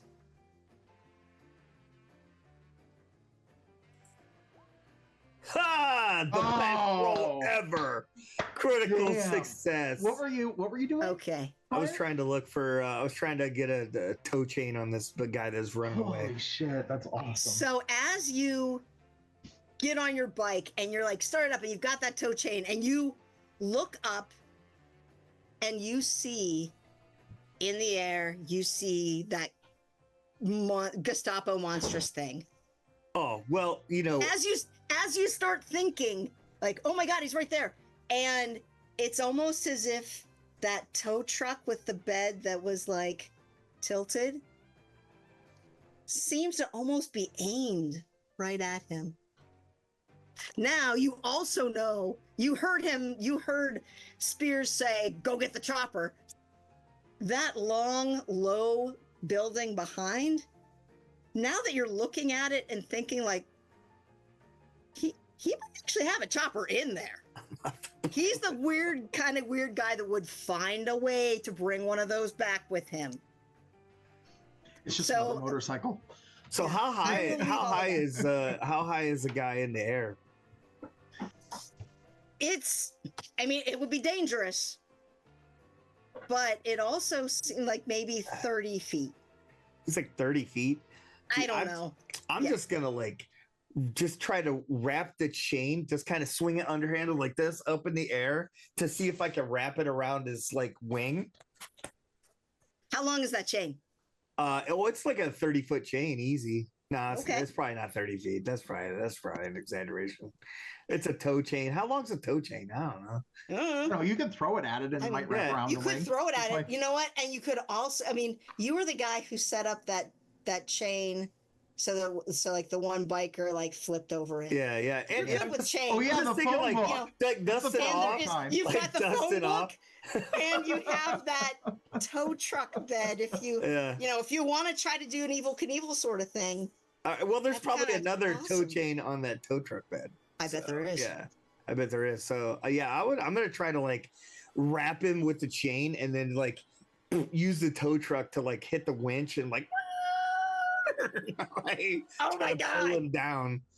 Let's go ahead and make a throw or make a luck. Those are both cool, and I don't know how we would actually test that. I'll take the luck check. I haven't spent 1 point of luck this entire game. Oh! And so as you whip it up, and it looks like it's going perfectly, and he's just out of reach, and so it just misses him. I feel like just as it's about to get there, you hear the click of the thing, and it's just right as it's about to hit him. Yes. Oh my God, that's awesome. And Chopper, just so you know, that the administrations that Huey is performing you will be awake at the end of this round, and so next round you may act as you wish. All right. And so that's those guys. The other loser Nazi manages to get out the front door and just disappears into the darkness. You can try to find him if you want to, blah, blah. But the main thing is we have Gestapo up in the sky, and he looks down at Dusty and just wings spread. And we see his mouth as his mouth kind of drops open, and his teeth seem to grow. But then also they seem to grow, but as it opens, it's almost like it just telescopes out. And so it's just row of teeth, row of teeth, row of teeth, row of teeth, and just these teeth coming out. And he's just how dare you try to stop me? And so he is going to, it's crazy. I need you to make a dexterity check, Dusty. All right. So as he pulls back his hand and whips his arm at you, you actually see these it's almost like his fingers, he's shot his fingers out of his hand, and these bone shards come flying at you like 5 daggers, and they all just clink, clink, clink, clink all around you like some sort of a knife thrower, like a carnival knife thrower, and it all just lands around you. I just have a flashback of that one time in the TED offensive where I dodged an RPG. everybody tries out dodge RPGs because, man, sometimes they're not that good. Oh, that's not what you meant. Oh, no. All right. So that is, oh my God, that's that ridiculous thing. Rabbi, it is you. Shalom. Baruch atah Adonai Eloheinu melech haolam. Pretty much. I'm gonna look for that can that said, "What do you say? Birthday surprise." Yes, and you see it. And it's actually like the box is now just like turned sideways, like almost as if Lucky was just like, "This isn't what I want," and just threw it. And so you see it says like "birthday surprise," and Yeah, because I didn't see want a little it. bit of the cloth and like the book just kind of falling out of the box. So it's still wrapped. It's like it has a little shroud around it, Yeah, but you can still see Shroud it. around it, but you can still see the tip. It's not circumcised. Just slide it back. Just slide it back. Shroud around it. If you put your head inside the shroud, you'll dock with it, which is nice. So.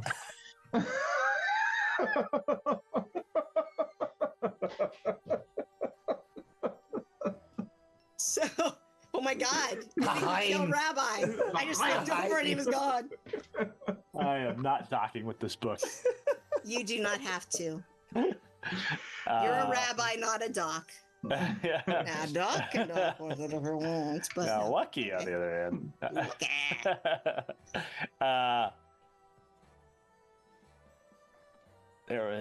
I'm gonna run it out into the bar. Okay. To like one of those sinks. I'm gonna jam a rag in it, and then I'm gonna dump like 151 on this book and try to light it. All right, excellent. And let's have you make a power check, because when you grab the book, you feel this almost like a jolt of electricity around where the seal is. All right, nice. And so it's almost as if like this book was reaching out to you and like, reaching out for you, I should say. And like the seal seemed to stop it from getting you. Well, if that's the case, I would probably just drop it where I had it, and I'll start spending magic points to try to destroy it, I guess. Okay. And I mean, if you want to, you can even go to the bar and grab stuff and bring it in. And I guess because the ring stopped it, you do not have to. And it was a hard, so I'll still carry it. Yeah, you're able to, like, you now realize, like, you're protected from this. And so you are the person who could destroy this.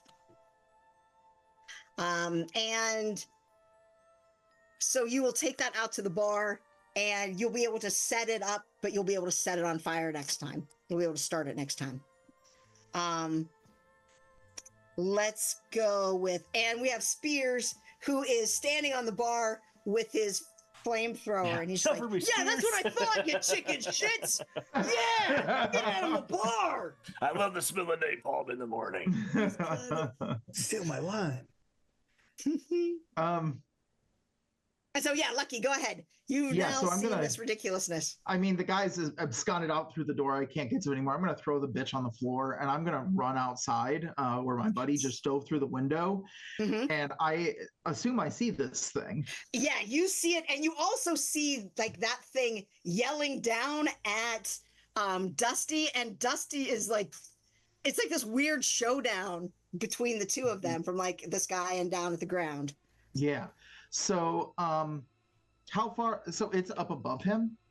Yes. How high up is it? Like 40 to 50 feet. This is his first time seeing it. Okay. Yeah. Oh. Yes. In fact, you should. You should make a sanity check. Oh, yeah, I know. Go ahead and make a power check, please, if you would. Yeah, baby. All right. You are going to take 4 points of sanity damage. That's fine. You are going to...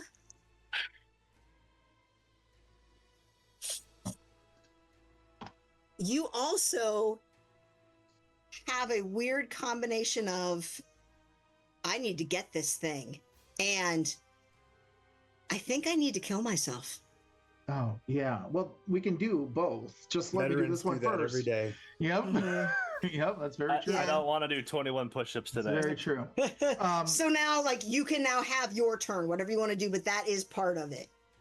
Yeah, so my goal with this is to go up underneath it as close as I can here. Well, actually, I don't have to get super close because I can't get within point blank range anyway. So I'm going to stand at the door. Is it within 330 feet from me? Oh, yes. Cool. I am going to take a shot at it with my rifle. And I'm going to call a shot. So maybe take a penalty. Describe its face to me again. So it is this, he's bald and he's got this like handlebar mustache and this beard. Yeah. But it is almost as if his face is tearing apart as all of the bones and bony, like his skull is coming out of his like meat sack sort of thing. And so he's starting to, his face is starting to look deflated even as the bones around him become, as he gets harder, he also loses his shape here. And is there any spot on him that looks like it could be more sensitive than other spots? It's balls. There is one, and I want you to tell me what it is. Yeah. His balls. It's his balls. Yeah, And we all know it's his balls. Okay. As his head's deflating, kind of peeling apart, you can see part of his brain exposed. And that is, that's maybe his weak spot. Does that work? I think that's wonderful. That's my call Bart shot. I'm moment. shooting it right the fuck there. Shoot This him is your right smog the moment fuck right here. there. You see the scale. Damn. All right. Oh, wait. Oh, because we have to do a... But I do have a penalty die, but I also have a bonus die because I'm lucky. That's right. And so let's just cut that right there. So here it is. Blammo. Give us... 2d6 plus 4 damage. Yes. 7 points of damage. That was a All shitty right. roll. Damn. And yes, you see it actually like groove through his, shred a groove through his brain, like just the top of it. And you see this like, almost like a green mist just emanating from it. Almost like the way fairy dust looks, like for Tinkerbell. But it's kind of like coming out that way, and it's green and just like misting all around him. like And he spores? looks and he shrieks. Damn. Oh, yeah. So, like, yes, damage. That was ouchie. That was ouchie. Oh, my God. That was ouchie. That Good was job. ouchie. Okay. Yeah. Jesus. All right. Chopper, Dusty. Dusty, you see, and Dusty, you see your buddy Lucky got a shot. You are able to do the things you want to do as well. Chopper, you have, oh my God, Huey's breath is usually pretty good, but right now it's, as you wake up, it Smells like balls. honest to God, yeah, his breath smells like balls. smells like and that's sweaty nuts. awful. Yeah. Smells like sweaty nuts and hatred. It smells like German sauce. Sauerkraut. Sauerkraut, yes. Oh, Sauerkraut and sadness. Oh, Remember man. that first time you had to eat kimchi when you were in Vietnam? That was it. I like sauerkraut, but you just made it gross. I like sauerkraut. that's what Nazi It balls is smells like. gross. That is. I'm gonna look around the bar. It seems like everybody's kind of moved elsewhere at this point. And yeah, and you see, as you look up and you see Wilson Spears standing on the bar with this flamethrower, and he's like, shit, dude, you're a chopper. Go get the chopper. Like the bike? Make a luck check. All right. I have plenty of that. Y'all came in on choppers, you twit. He's like, yeah, definitely was that. Oh. How well do you understand Huey? Huey understands you very well.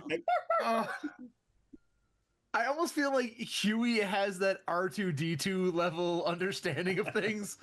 Like, Yeah. he just barks and I know. It's like, what's that, boy? Little Timmy fell down a well?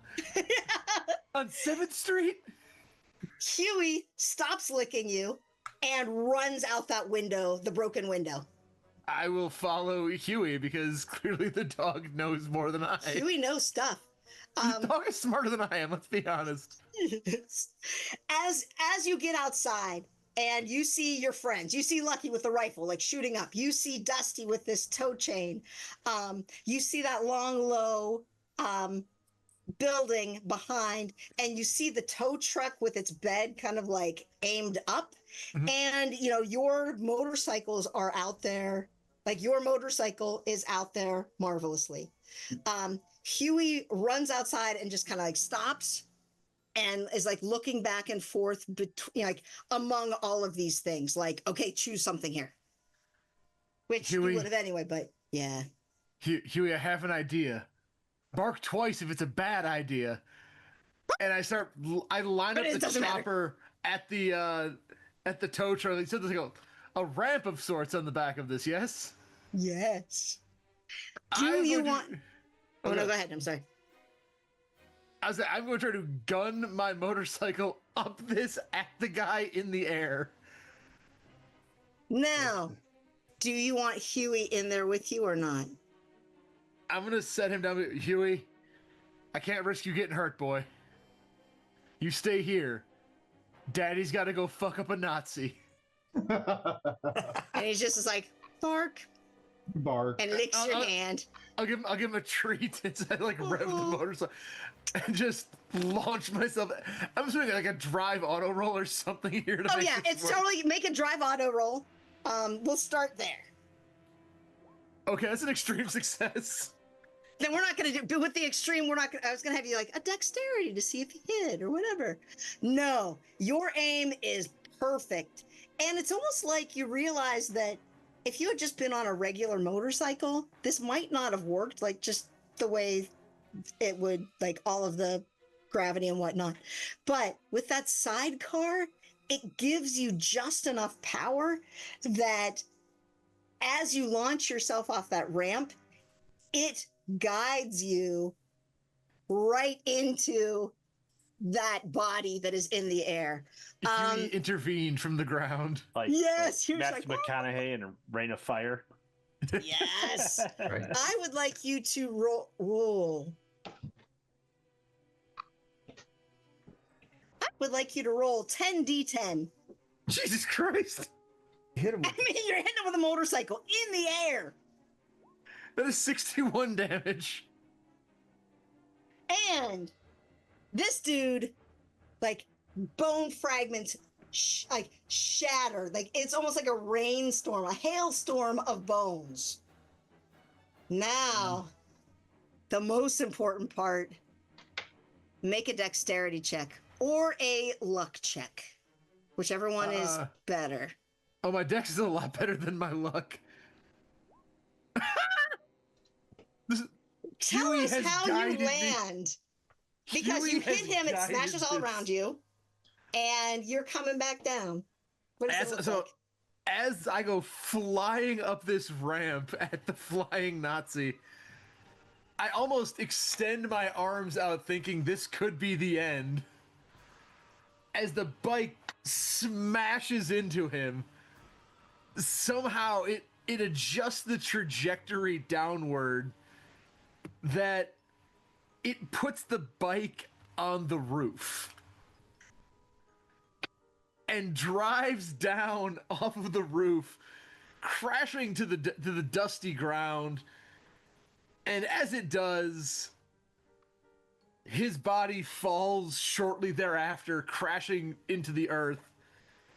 As Huey runs up and hops in the sidecar as if to say, "Take me with you next time." Oh my God, yes. And you look like a badass, right? And the green spores are behind your head, and there's like light from the street light coming through behind you, illuminating you backlit.